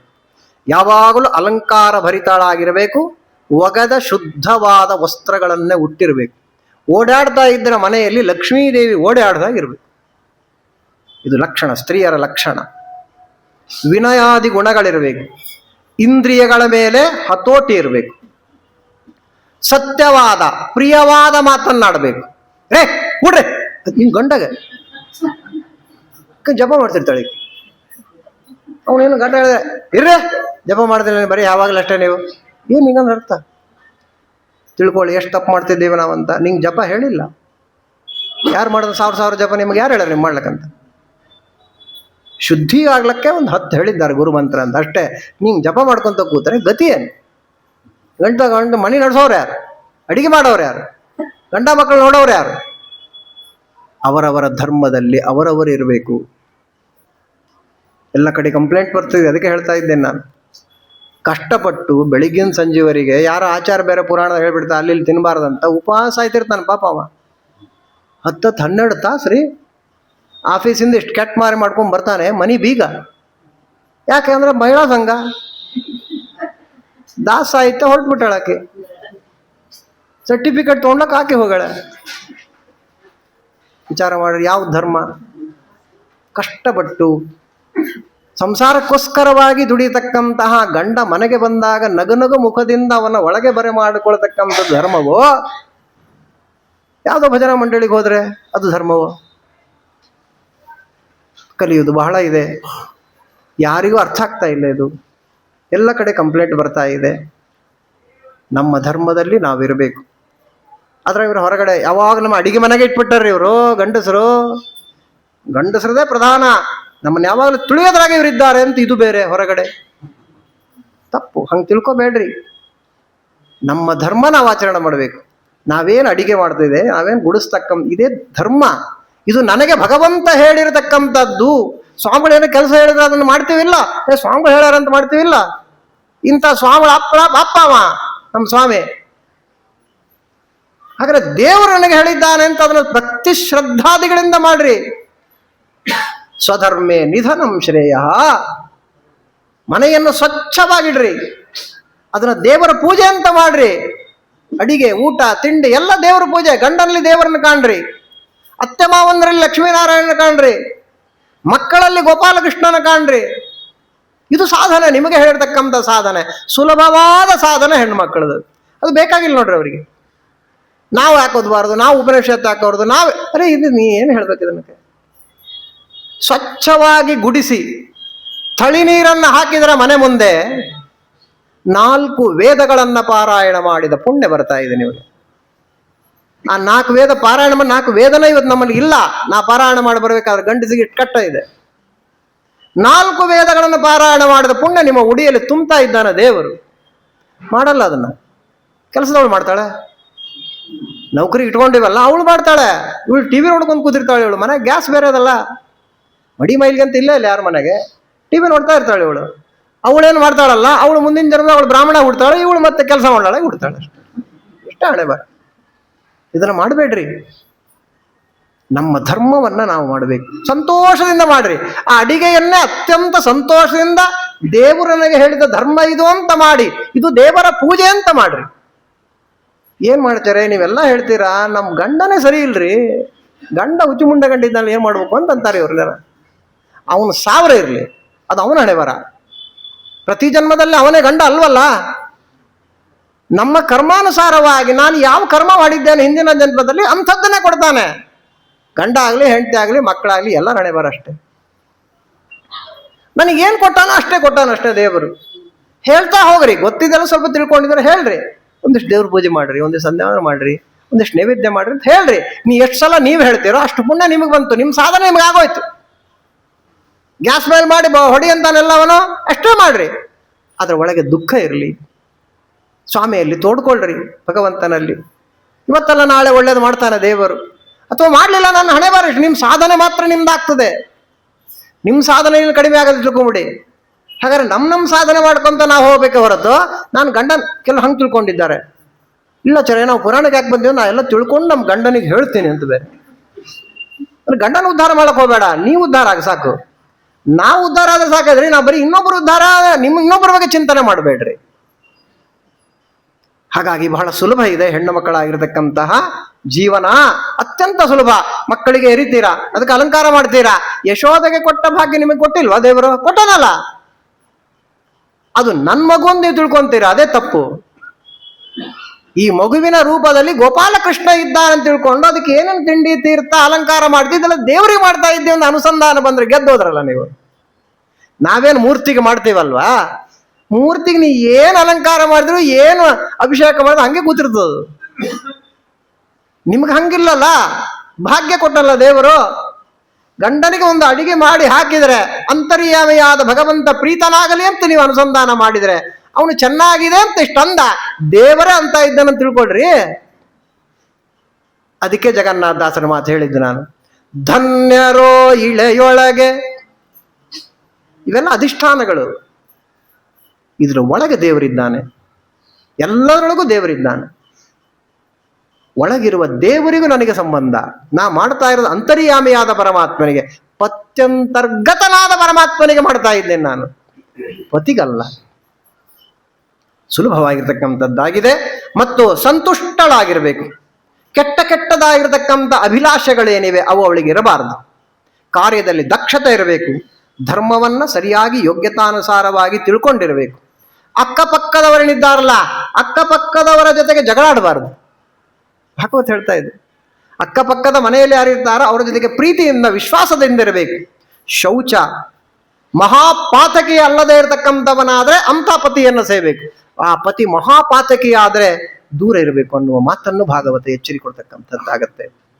ಹೀಗೆ ಭಗವಂತ ತನ್ನ ಪತಿಯಲ್ಲಿ ವಿಶೇಷವಾಗಿ ಸನ್ನಿಹಿತನಾಗಿದ್ದಾನೆ ಎಂಬುದಾಗಿ ತಿಳ್ಕೊಳ್ತಕ್ಕಂಥವರಾಗಿ ಆ ರೀತಿ ಜೀವನ ಮಾಡಬೇಕು ಅಂತೆಲ್ಲ ಹೇಳಿದ್ದಾರೆ.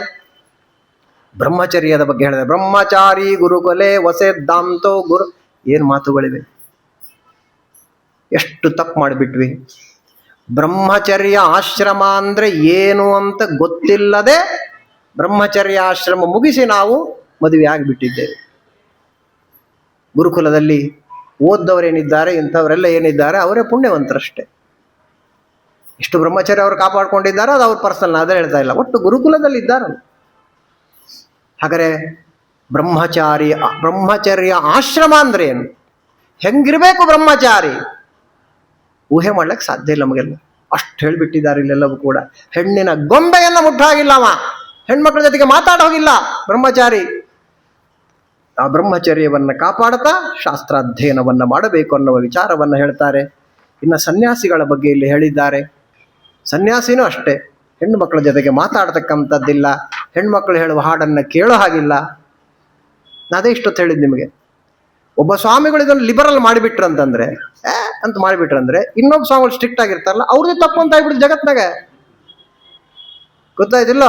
ಹೆಣ್ಮಕ್ಳ ಹಾಳು ಕೇಳದೆ ಇರತಕ್ಕಂಥದ್ದು ಅಂತಂದ್ರೆ ಉತ್ತರಾದಿ ಮಠ ಒಂದೇ, ತಿಳ್ಕೊಂಬಿಡಿ. ಹೆಮ್ಮೆಯಿಂದ ಹೇಳ್ತೇನೆ ನಾನು ಇದನ್ನ. ಇವತ್ತಿನವರೆಗೂ ಅದು ನಡ್ಕೊಂಡ್ ಬಂದಿರತಕ್ಕಂಥದ್ದಾಗಿದೆ. ಸಂಗೀತ ಇದ್ರೆ ಸ್ವಾಮಿಗಳಲ್ಲಿ ಇರೋದೇ ಇಲ್ಲ, ಬೇರೆ ಕಡೆ ಹೋಗ್ಬಿಡ್ತಾರೆ ಸ್ವಾಮಿಗಳು ಪಾಪ. ಇವತ್ತಿನವರೆಗೂ ಹಾಗೆ, ಯಾಕಂದ್ರೆ ಶಾಸ್ತ್ರ ಇದೆ. ಯಾವಾಗ ಆ ವಿಷಯದಲ್ಲಿ ಇನ್ನೊಬ್ಬ ಸ್ವಾಮಿಗಳು ಲಿಬರಲ್ ಆದರೂ ಕೊನೆಗೇನಾಗುತ್ತೆ, ಒಂದು ದಿವಸ ಈಗ ಇನ್ನು 50 ಇನ್ನೊಂದು 100 ವರ್ಷಕ್ಕೆ ಉತ್ತರಾದಿ ಸ್ವಾಮಿಗಳು ಹಂಗೆ ಆಗ್ಬಿಡ್ತಾರೆ. ಅರ್ಥ ಆಯ್ತಲ್ಲ? ಯಾಕಂದ್ರೆ ಅವರು ಒಳ್ಳೆಯವರು ಅಂತ ಅನಿಸ್ತದೆ ನಮಗೆ. ಶಾಸ್ತ್ರಕ್ಕೆ ವಿರುದ್ಧ ಹೋದಾಗೆಲ್ಲ ಒಳ್ಳೆಯವರು ಅನಿಸ್ತದ್ರಿ, ಶಾಸ್ತ್ರ ಗಟ್ಟಿಯಾಗಿ ನಿಂತಾಗ ಅವ್ರು ಕೆಟ್ಟವ್ರು ಅನಿಸ್ತದೆ, ಅವ್ರಿಂದ ದೂರ ಇರ್ಬೇಕು ಅನಿಸ್ತದೆ. ಬರೋದೇ ಇಲ್ಲ ಯಾರು, ಬರೋಲ್ಲ ಅನ್ನೋ ಸಂಕಟಕ್ಕೆ ಇವರು ಕಡಿಮೆ ಮಾಡ್ಕೋಬೇಕಾಗ್ತದೆ. ಅರ್ಥ ಆಯ್ತಲ್ಲ ಹೇಗೆ ಕಲಿ ಆಡ್ತಾನೆ ಅಂತ? ಕಲಿ ವಿಚಿತ್ರವಾಗಿ ಆಟ ಆಡ್ತಕ್ಕಂಥವನಾಗ್ತಾನೆ. ಸನ್ಯಾಸಿಗಳು ಮದುವೆ ಆಗಬಹುದಾ ಅಂತ ಒಂದು ಪ್ರಶ್ನೆ, ಅದಕ್ಕೆ ಇಲ್ಲಿ ಉತ್ತರ ಇದೆ. ಸನ್ಯಾಸಿಗಳು ಮತ್ತೆ ಮದುವೆ ಆಗಬಹುದು ಅಂತ ಉತ್ತರ ಕೊಡ್ತಾ ಇದ್ದಾರೆ. ಇಲ್ಲಿದೆ ಸತ್ಯಧರ್ಮ ತೀರ್ಥರ ವ್ಯಾಖ್ಯಾನ ಇದೆ ಇಲ್ಲಿ, ಅದಕ್ಕೊಂದು ಸ್ಮೃತಿಯನ್ನು ಕೊಟ್ಟಿದ್ದಾರೆ ಸತ್ಯಧರ್ಮ ತೀರ್ಥರು. ಆಗಬಹುದು ಅವರು, ಆದರೆ ಅಂತಾರೆ ಅವರಿಗೆ ಸಹಪಂಕ್ತಿ ಆಗಲಿ ನಮ್ಮ ಫಂಕ್ಷನ್ಗಳಲ್ಲಿ ಕರೆಯತಕ್ಕಂಥದ್ದಾಗಲಿ ಯಾವುದು ಮಾಡಬಾರ್ದು. ಸ್ಪಷ್ಟ ಹೇಳಿದ್ದಾರೆ ಸತ್ಯಧರ್ಮ ತೀರ್ಥರ ವ್ಯಾಖ್ಯಾನ ತೆಗೆದು ನೋಡ್ರಿ, ಇದೆ ಸಪ್ತಮ ಸ್ಕಂದದಲ್ಲಿದೆ. ಹಾಗಾಗಿ ಅವರು ಒಂದು ವೇಳೆ ಮದುವೆ ಆದ್ರೆ ಏನು ಮಾಡೋಕ್ಕಾಗಲ್ಲ, ಏನು ಮಾಡೋಕ್ಕಾಗ್ತದೆ? ಅವರು ಬಿಡ್ತಾರೆ, ಸನ್ಯಾಸ ಬಿಡ್ತಾ ಇದ್ದಾರೆ, ಅವ್ರು ಮದುವೆ ಮಾಡ್ಕೊಂತ ಅನಿಸಿದೆ ಅವ್ರಿಗೆ ಬಿಡ್ತಾರೆ ಅಂದರೆ ಅವ್ರ ಪರ್ಸ್ನಲ್ ಇದು. ಆ ಪರ್ಸ್ನಲ್ ಆಗಿ ನಾವು ತಲೆ ಹಾಕ್ಲಿಕ್ಕಾಗೋದಿಲ್ಲ. ಅವ್ರು ಮಾಡ್ಕೊಳ್ಳೋದು ಏನು ಪ್ರಾಯಶ್ಚಿತ್ತದೇ ಇಲ್ಲ. ಆದರೆ ಅವರು ಬಹಿಷ್ಕೃತಾರೆ, ಅವ್ರನ್ನ ಕರೆಯುವಾಗಿಲ್ಲ. ಫಂಕ್ಷನ್ಗೆ ಕರೆಯೋದು, ಸ್ಟೇಜಲ್ಲಿ ಕೂಡಿಸೋದು, ಮಾತಾಡೋದು ಇವ್ಯಾವಿಲ್ಲ. ಅವರು ದೂರ ಇಡಬೇಕು, ಅವ್ರು ಬಿಟ್ಬಿಡ್ಬೇಕಷ್ಟೇ. ಅವ್ರು ಮಾಡಿದ್ರೆ ಅವ್ರು ಮಾಡಿಬಿಡಿದ್ರೆ ಬಿಟ್ಬಿಡ್ಬೇಕಷ್ಟೆ. ಹಿಂಗೆ ಹೇಳಿದ್ದಾರೆ. ಅನುಲೋಮ ಪ್ರತಿಲೋಮಗಳಾಗಿರ್ತದೆ. ಇಂಟರ್ ಕ್ಯಾಸ್ಟ್ ಮ್ಯಾರೇಜ್ ಆದರೆ ಏನು ಮಾಡಬೇಕು, ಅದು ಎಲ್ಲ ಇದೆ. ಅವರ ಧರ್ಮ ಏನು? ಎಲ್ಲರೂ ಸಾಧನೆ ಮಾಡ್ಬೋದು, ತಿಳ್ಕೊಳ್ರಿ. ಎಷ್ಟು ಸುಂದರವಾಗಿದೆ ನಮ್ಮ ಶಾಸ್ತ್ರ ಅಂದರೆ, ಸಾಧನೆ ಅನ್ನುವುದು ಎಲ್ಲರೂ ಮಾಡ್ಲಿಕ್ಕೆ ಬರ್ತದೆ. ಎಂಥ ಭ್ರಷ್ಟನಾಗಿದ್ರೂ ಅವನ ಸಾಧನೆ ಮಾಡ್ಲಿಕ್ಕೆ ಬರ್ತದೆ, ಅವನು ಮತ್ತೆ ಸರಿ ಹೋಗ್ಲಿಕ್ಕೆ ಚಾನ್ಸ್ ಕೊಡ್ತದೆ ನಮ್ಮ ಶಾಸ್ತ್ರ. ಆದರೆ ಅವ್ರು ಯಾವ ರೀತಿ ಇರಬೇಕು, ಯಾವ ರೀತಿ ಸಾಧನೆ ಮಾಡಬೇಕು ಅಂತ ಶಾಸ್ತ್ರ ಆ ರೀತಿ ಇರ್ಬೇಕಷ್ಟೆ. ಮಾಡೋದೆಲ್ಲ ಅಬದ್ಧ ಮಾಡೋದು, ಸರಿಗಿದ್ದವ್ರನ್ನು ಹಾಳು ಮಾಡೋದು, ಮೇಲೆ ಬರೋದು, ಇವ್ರ ತಲೆ ಮೇಲೆ ಬಂದು ಕೂಡೋದು, ಅದು ಮಾಡಬಾರ್ದು. ಅರ್ಥ ಆಯ್ತಲ್ಲ? ಈಗ ವಿಧವೆ ಆಗಿದ್ದಾಳೆ, ವಿಧವೆ ಹೇಗಿರಬೇಕು ಅಂತ ಶಾಸ್ತ್ರ ಹೇಳ್ತಾ ಹಾಗಿರ್ಬೇಕಷ್ಟೇ ರೀ. ಮಡಿ ಆಗಬೇಕು ಅಂತ ಶಾಸ್ತ್ರ ಹೇಳ್ತದೆ. ಬ್ರಾಹ್ಮಣ ಸ್ತ್ರೀಯರು ನಮಗೆ ಆಗೋದಿಲ್ಲಲ್ಲ, ಕೈಲೇ ಆಗೋದಿಲ್ಲ ಅಂತಂದ್ರೆ ನಾವೇನು ಮಾಡೋಕ್ಕಾಗಲ್ಲ. ಆಗೋದಿಲ್ಲ ಅನ್ನತಕ್ಕಂಥವ್ರು ದೂರ ಇರ್ಬೇಕಷ್ಟೇ. ಅಷ್ಟು ಕಾಮನ್ ಸೆನ್ಸ್ ಇರಬೇಕಲ್ಲ. ನನಗೆ ಮಡಿ ಆಗ್ಲಿಕ್ಕೆ ಆಗಿಲ್ಲ, ನನಗೇನೋ ಸಮಸ್ಯೆಗಳಿವೆ, ಮನೆಯಲ್ಲಿ ಸಮಸ್ಯೆ ಏನೋ ಇದೆ, ಸರಿ ದೂರ ಇರೋಗಾರೆ. ಮಡಿನೂ ಆಗೋದಿಲ್ಲ, ಎಲ್ಲರನ್ನು ಬಂದು ಮುಟ್ತೀಯ ಅಂತಂದ್ರೆ ಅದು ತಪ್ಪಲ್ಲ. ಅಷ್ಟು ಕಾಮನ್ ಸೆನ್ಸ್ ಆದರೂ ನಮ್ಮಲ್ಲಿ ಇರತಕ್ಕಂಥದ್ದಾಗಬೇಕು. ಹೀಗೆ ನಾವೇ ಅರ್ಥ ಮಾಡಿಕೊಳ್ತಕ್ಕಂಥದ್ದಾಗಬೇಕು ಇವೆಲ್ಲವನ್ನ ಕೂಡ. ಹಾಗಾಗಿ ಇದನ್ನೆಲ್ಲ ಮತ್ತೆ ಸ್ವಾಮಿಗಳ ಮೇಲೆ ಹಾಕ್ತಾರೆ, ಹೋಗಿ ತೊಗೊಂಡೋಗಿ ಸ್ವಾಮಿ ಹೇಳ್ಯಾರೆ, ಸ್ವಾಮಿಗಳು ಒಪ್ಪಿಗೆ ಕೊಟ್ಟಾರೆ. ಅಲ್ಲ, ಇದನ್ನು ಪೇಜಾವರ ಸ್ವಾಮಿ ಇದ್ರಿಗೆ ನಾ ಹೇಳಿದ್ದೀನಿ ಪ್ರವಚನದಲ್ಲಿ, ತಿಳ್ಕೊಳ್ಳಿ. ಅದು ತಾಯಿಯ ಹೃದಯ ಅಷ್ಟೇ. ಪೂರ್ತಿ ಹಾಳಾಗಿ ಹೋಗ್ತಿರ್ತಾರಲ್ವಾ, ಪೂರ್ತಿ ಸಂಧ್ಯಾವಂದನೇ ಮಾಡಲ್ಲ ಅಂತಾನೆ ಮಗ. ಅವಾಗ ಏನು ಮಾಡ್ತಾರೆ, ಏನೋ ಒಂದು ಆಸೆ ತೋರಿಸ್ತಾರೆ, ಚಾಕ್ಲೇಟೋ ಗಿಕ್ಲೇಟೋ ಏನೋ ಒಂದು ಅಪದ್ಧತೆ ಅದು. ನೀವು ಸಂಧ್ಯಾವಂದನ ಮಾಡು, ಇದನ್ನು ಕೊಡ್ತೇನೆ ಅಂತಂತಾರೆ. ಅಂದ್ರೆ ಸಂಧ್ಯಾವಂದನ ಮಾಡಲಿ ಅನ್ನತಕ್ಕಂಥದ್ದಕ್ಕೋಸ್ಕರವಾಗಿ ಮಾಡಿದ್ದೆ ಹೊರತು, ಇವನು ಚಾಕ್ಲೇಟ್ ಕೊಟ್ರೇನೆ ಸಾಯೋವರೆಗೆ ಸಂಧ್ಯಾವಂದನ ಮಾಡ್ತಾನೆ ಅಂದ್ರೆ ಅವನು ತಪ್ಪೋದು. ಗೊತ್ತಾಯ್ತಲ್ಲ? ಅದನ್ನು ಸ್ವಾಮಿಗಳ ಮೇಲೆ ಹಾಕಬೇಡ್ರಿ.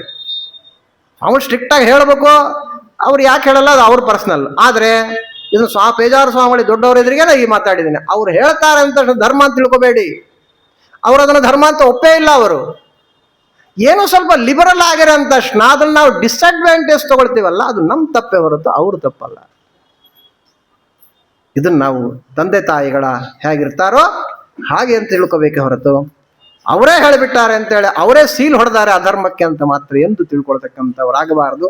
ಅದು ನಡೆದು ಹೋಗ್ತಕ್ಕಂಥದ್ದಾಗುತ್ತೆ. ಲೋಕದಲ್ಲಿ ಎಚ್ಚರಿಕೆಯಿಂದ ನಾವು ಇರಬೇಕು ಅನ್ನತಕ್ಕಂಥದ್ದೆಲ್ಲ ಇಲ್ಲಿ ಹೇಳಿಕೊಟ್ಟಿದ್ದಾರೆ. ಬಹಳ ಸುಂದರವಾಗಿರತಕ್ಕಂಥ ವಿಚಾರಗಳು.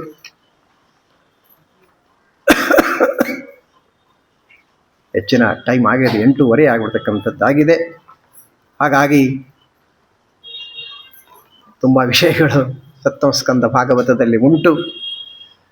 ಮುಗಿಸ್ತಕ್ಕಂತಹ ಅನಿವಾರ್ಯತೆ ನಮಗೆ ಇದೆ. ಭಾಗವತವೇ ಹಾಗೆ. ನೀವು 1 ವರ್ಷ ಕೊಟ್ಟರೂ ಕಡಿಮೆ ಅನಿಸುತ್ತೆ, 7 ದಿವಸನೂ ಕಡಿಮೆ ಅನಿಸುತ್ತೆ, ಎಷ್ಟು ಸಮಯ ಅದಕ್ಕೆ ಕೊಟ್ಟರು ಅದಕ್ಕೆ ಕಡಿಮೆ ಅಂತಾನೆ ಅನಿಸ್ತದೆ. ಅದು ವಿಚಿತ್ರವಾಗಿದೆ ಭಾಗವತ ಅನ್ನುವ ಗ್ರಂಥ.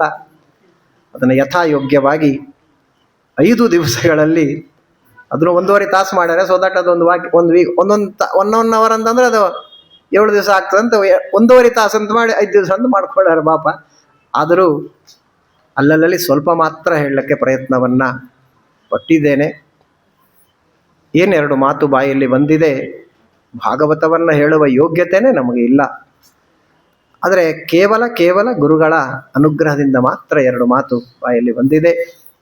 ಅದರಲ್ಲಿ ಕೂಡ ನಮ್ಮ ಸತ್ಯಾತ್ಮತೀರ್ಥ ಶ್ರೀಪಾದಂಗಳವರ ಕೃಪಾ ಕಟಾಕ್ಷ ಇದ್ದದ್ದಕ್ಕೋಸ್ಕರವಾಗಿಯೇ 2 ಮಾತುಗಳು ಬಾಯಿಂದ ಬರ್ತವೆ. ಸ್ವಲ್ಪ ನಿಷ್ಠುರವಾಗಿ ಕೆಲವು ಮಾತನ್ನು ನಾನು ಆಡಿರಬಹುದು. ಯಾರಿಗಾದರೂ ಆ ಶಬ್ದಗಳಿಂದ ಮನಸ್ಸಿಗೆ ನೋವಾಗಿದ್ದರೆ ಅದನ್ನು ಕ್ಷಮಿಸಿರಿ ಅಂತ ಕೇಳ್ತಾ, ಯಾರನ್ನೂ ಆಡಿಕೊಳ್ಳಬೇಕು ಅನ್ನೋ ಉದ್ದೇಶ ಅಲ್ಲ. ಜಗತ್ತಾಗಿ ಬಿಟ್ಟಿದೆ, ನಾವು ಪೂರ್ತಿ ಹಾಳಾಗಿ ಹೋಗ್ತಾ ಇದ್ದೀವಿ ಅನ್ನುವ ದೃಷ್ಟಿಯಿಂದ ಮಾತ್ರ ಅಲ್ಲಿ ಇದ್ದದ್ದನ್ನು ಹೇಳಿದ್ದೇನೆ. ನನ್ನ ಮನಸ್ಸಲ್ಲಿದ್ದದ್ದನ್ನು ನಾನೇನು ಹೇಳಲಿಕ್ಕೆ ಹೋಗಿಲ್ಲ. ಬೆಳಿಗ್ಗೆನೆ ಹೇಳಿದ್ದೇನೆ, ನಮ್ಮ ಗುಡಿಯವರು ಅವರ ಒಂದು ಪರ್ಯಾಯದಲ್ಲಿ ಸಾರ್ಥಕವಾದ ಈ ಒಂದು ಕೆಲಸವನ್ನು ಮಾಡ್ತಾ ಇದ್ದಾರೆ. ಕಲಿಯುಗದಲ್ಲಿ ಉದ್ಧಾರ ಆಗಲಿಕ್ಕೆ ಇರುವುದು ಒಂದೇ ಒಂದು ಗ್ರಂಥ, ಅದು ಶ್ರೀಮದ್ ಭಾಗವತ ಅಂತ ಹೇಳಿದ್ದಾರೆ. ಅಂತಹ ಭಾಗವತವನ್ನು ತಿಂಗಳ ಅವರು ಒಂದೊಂದು ಸ್ಕಂದವನ್ನು ಹೇಳಿಸ್ತಾ ಇದ್ದಾರೆ. ನನ್ನ ಪುಣ್ಯ ಅದು ನರಸಿಂಹದೇವರ ಕಥಾಮೃತದಿಂದ ಕೂಡಿದ ಪರಮಾತ್ಮನಲ್ಲಿ ವೈಷಮ್ಯ ನೈರ್ಘಣ್ಯಾದಿ ದೋಷಗಳಿಲ್ಲ ಎಂಬುದಾಗಿ ಹೇಳತಕ್ಕಂತಹ ಸಪ್ತಮ ಸ್ಕಂದ ಭಾಗವತದಲ್ಲಿ ಅದರ ಸಾರ ಮಾತ್ರ ಹೇಳುವುದಕ್ಕೆ ಪ್ರಯತ್ನವನ್ನು ಪಟ್ಟಿದ್ದೇನೆ. ಆ ಎಲ್ಲ ಪುಣ್ಯವನ್ನು ನಮ್ಮ ಗುರುಗಳ ದ್ವಾರ ಸತ್ಯಾತ್ಮತೀರ್ಥರು, ಸತ್ಯಪ್ರಮೋದರು, ಸತ್ಯಧ್ಯಾನರು, ಸತ್ಯಜ್ಞಾನರು, ಸತ್ಯಬೋಧ ತೀರ್ಥ ಶ್ರೀಪಾದಂಗಳವರು, ರಾಘವೇಂದ್ರ ಸ್ವಾಮಿಗಳು, ವ್ಯಾಸರಾಜರು, ವಾದಿರಾಜರು, ರಘುತ್ತಮ ತೀರ್ಥರು ಎಲ್ಲರ ವೇಳೆ ನಮ್ಮ ಟೀಕಾಕೃತ್ಪಾದರು, ಅವರ ಹೃದಯ ಕಮಲದಲ್ಲಿರುವ ಹನುಮಹಿ ಮಧ್ವಾಂತರ್ಗತ ರಾಮಕೃಷ್ಣ ವೇದವ್ಯಾಸಾತ್ಮಕ ಲಕ್ಷ್ಮೀ ಹಯಗ್ರೀವ ತದಭಿನ್ನನಾದ ಗ್ರಂಥ ಪ್ರತಿಪಾದ್ಯನಾಗಿರತಕ್ಕಂತಹ ರುಕ್ಮಿಣಿ ಸತ್ಯಭಾಮ ಸಮೇತನಾದ ಶ್ರೀಕೃಷ್ಣ, ತದಭಿನ್ನನಾದ ಈ ಸಪ್ತಮ ಸ್ಕಂದದಲ್ಲಿ ಪ್ರತಿಪಾದ್ಯನಾದ ಲಕ್ಷ್ಮೀ ನರಸಿಂಹದೇವರ ಪಾದಾರವಿಂದದಲ್ಲಿ ಎಲ್ಲರೂ ಸೇರಿ ಏನು ಈ ಪುಣ್ಯ ಬಂದಿದೆ ಆ ಪುಣ್ಯವನ್ನು ಭಗವಂತನಲ್ಲಿ ಸಮರ್ಪಣೆಯನ್ನು ಮಾಡತಕ್ಕಂಥವರಾಗೋಣ. ಹರೇ ನಮಃ. ಶ್ರೀಕೃಷ್ಣಾರ್ಪಣಮಸ್ತು. ಮತ್ತೊಮ್ಮೆ ಆ ಗುಡಿ ಫ್ಯಾಮಿಲಿಯವರಿಗೆ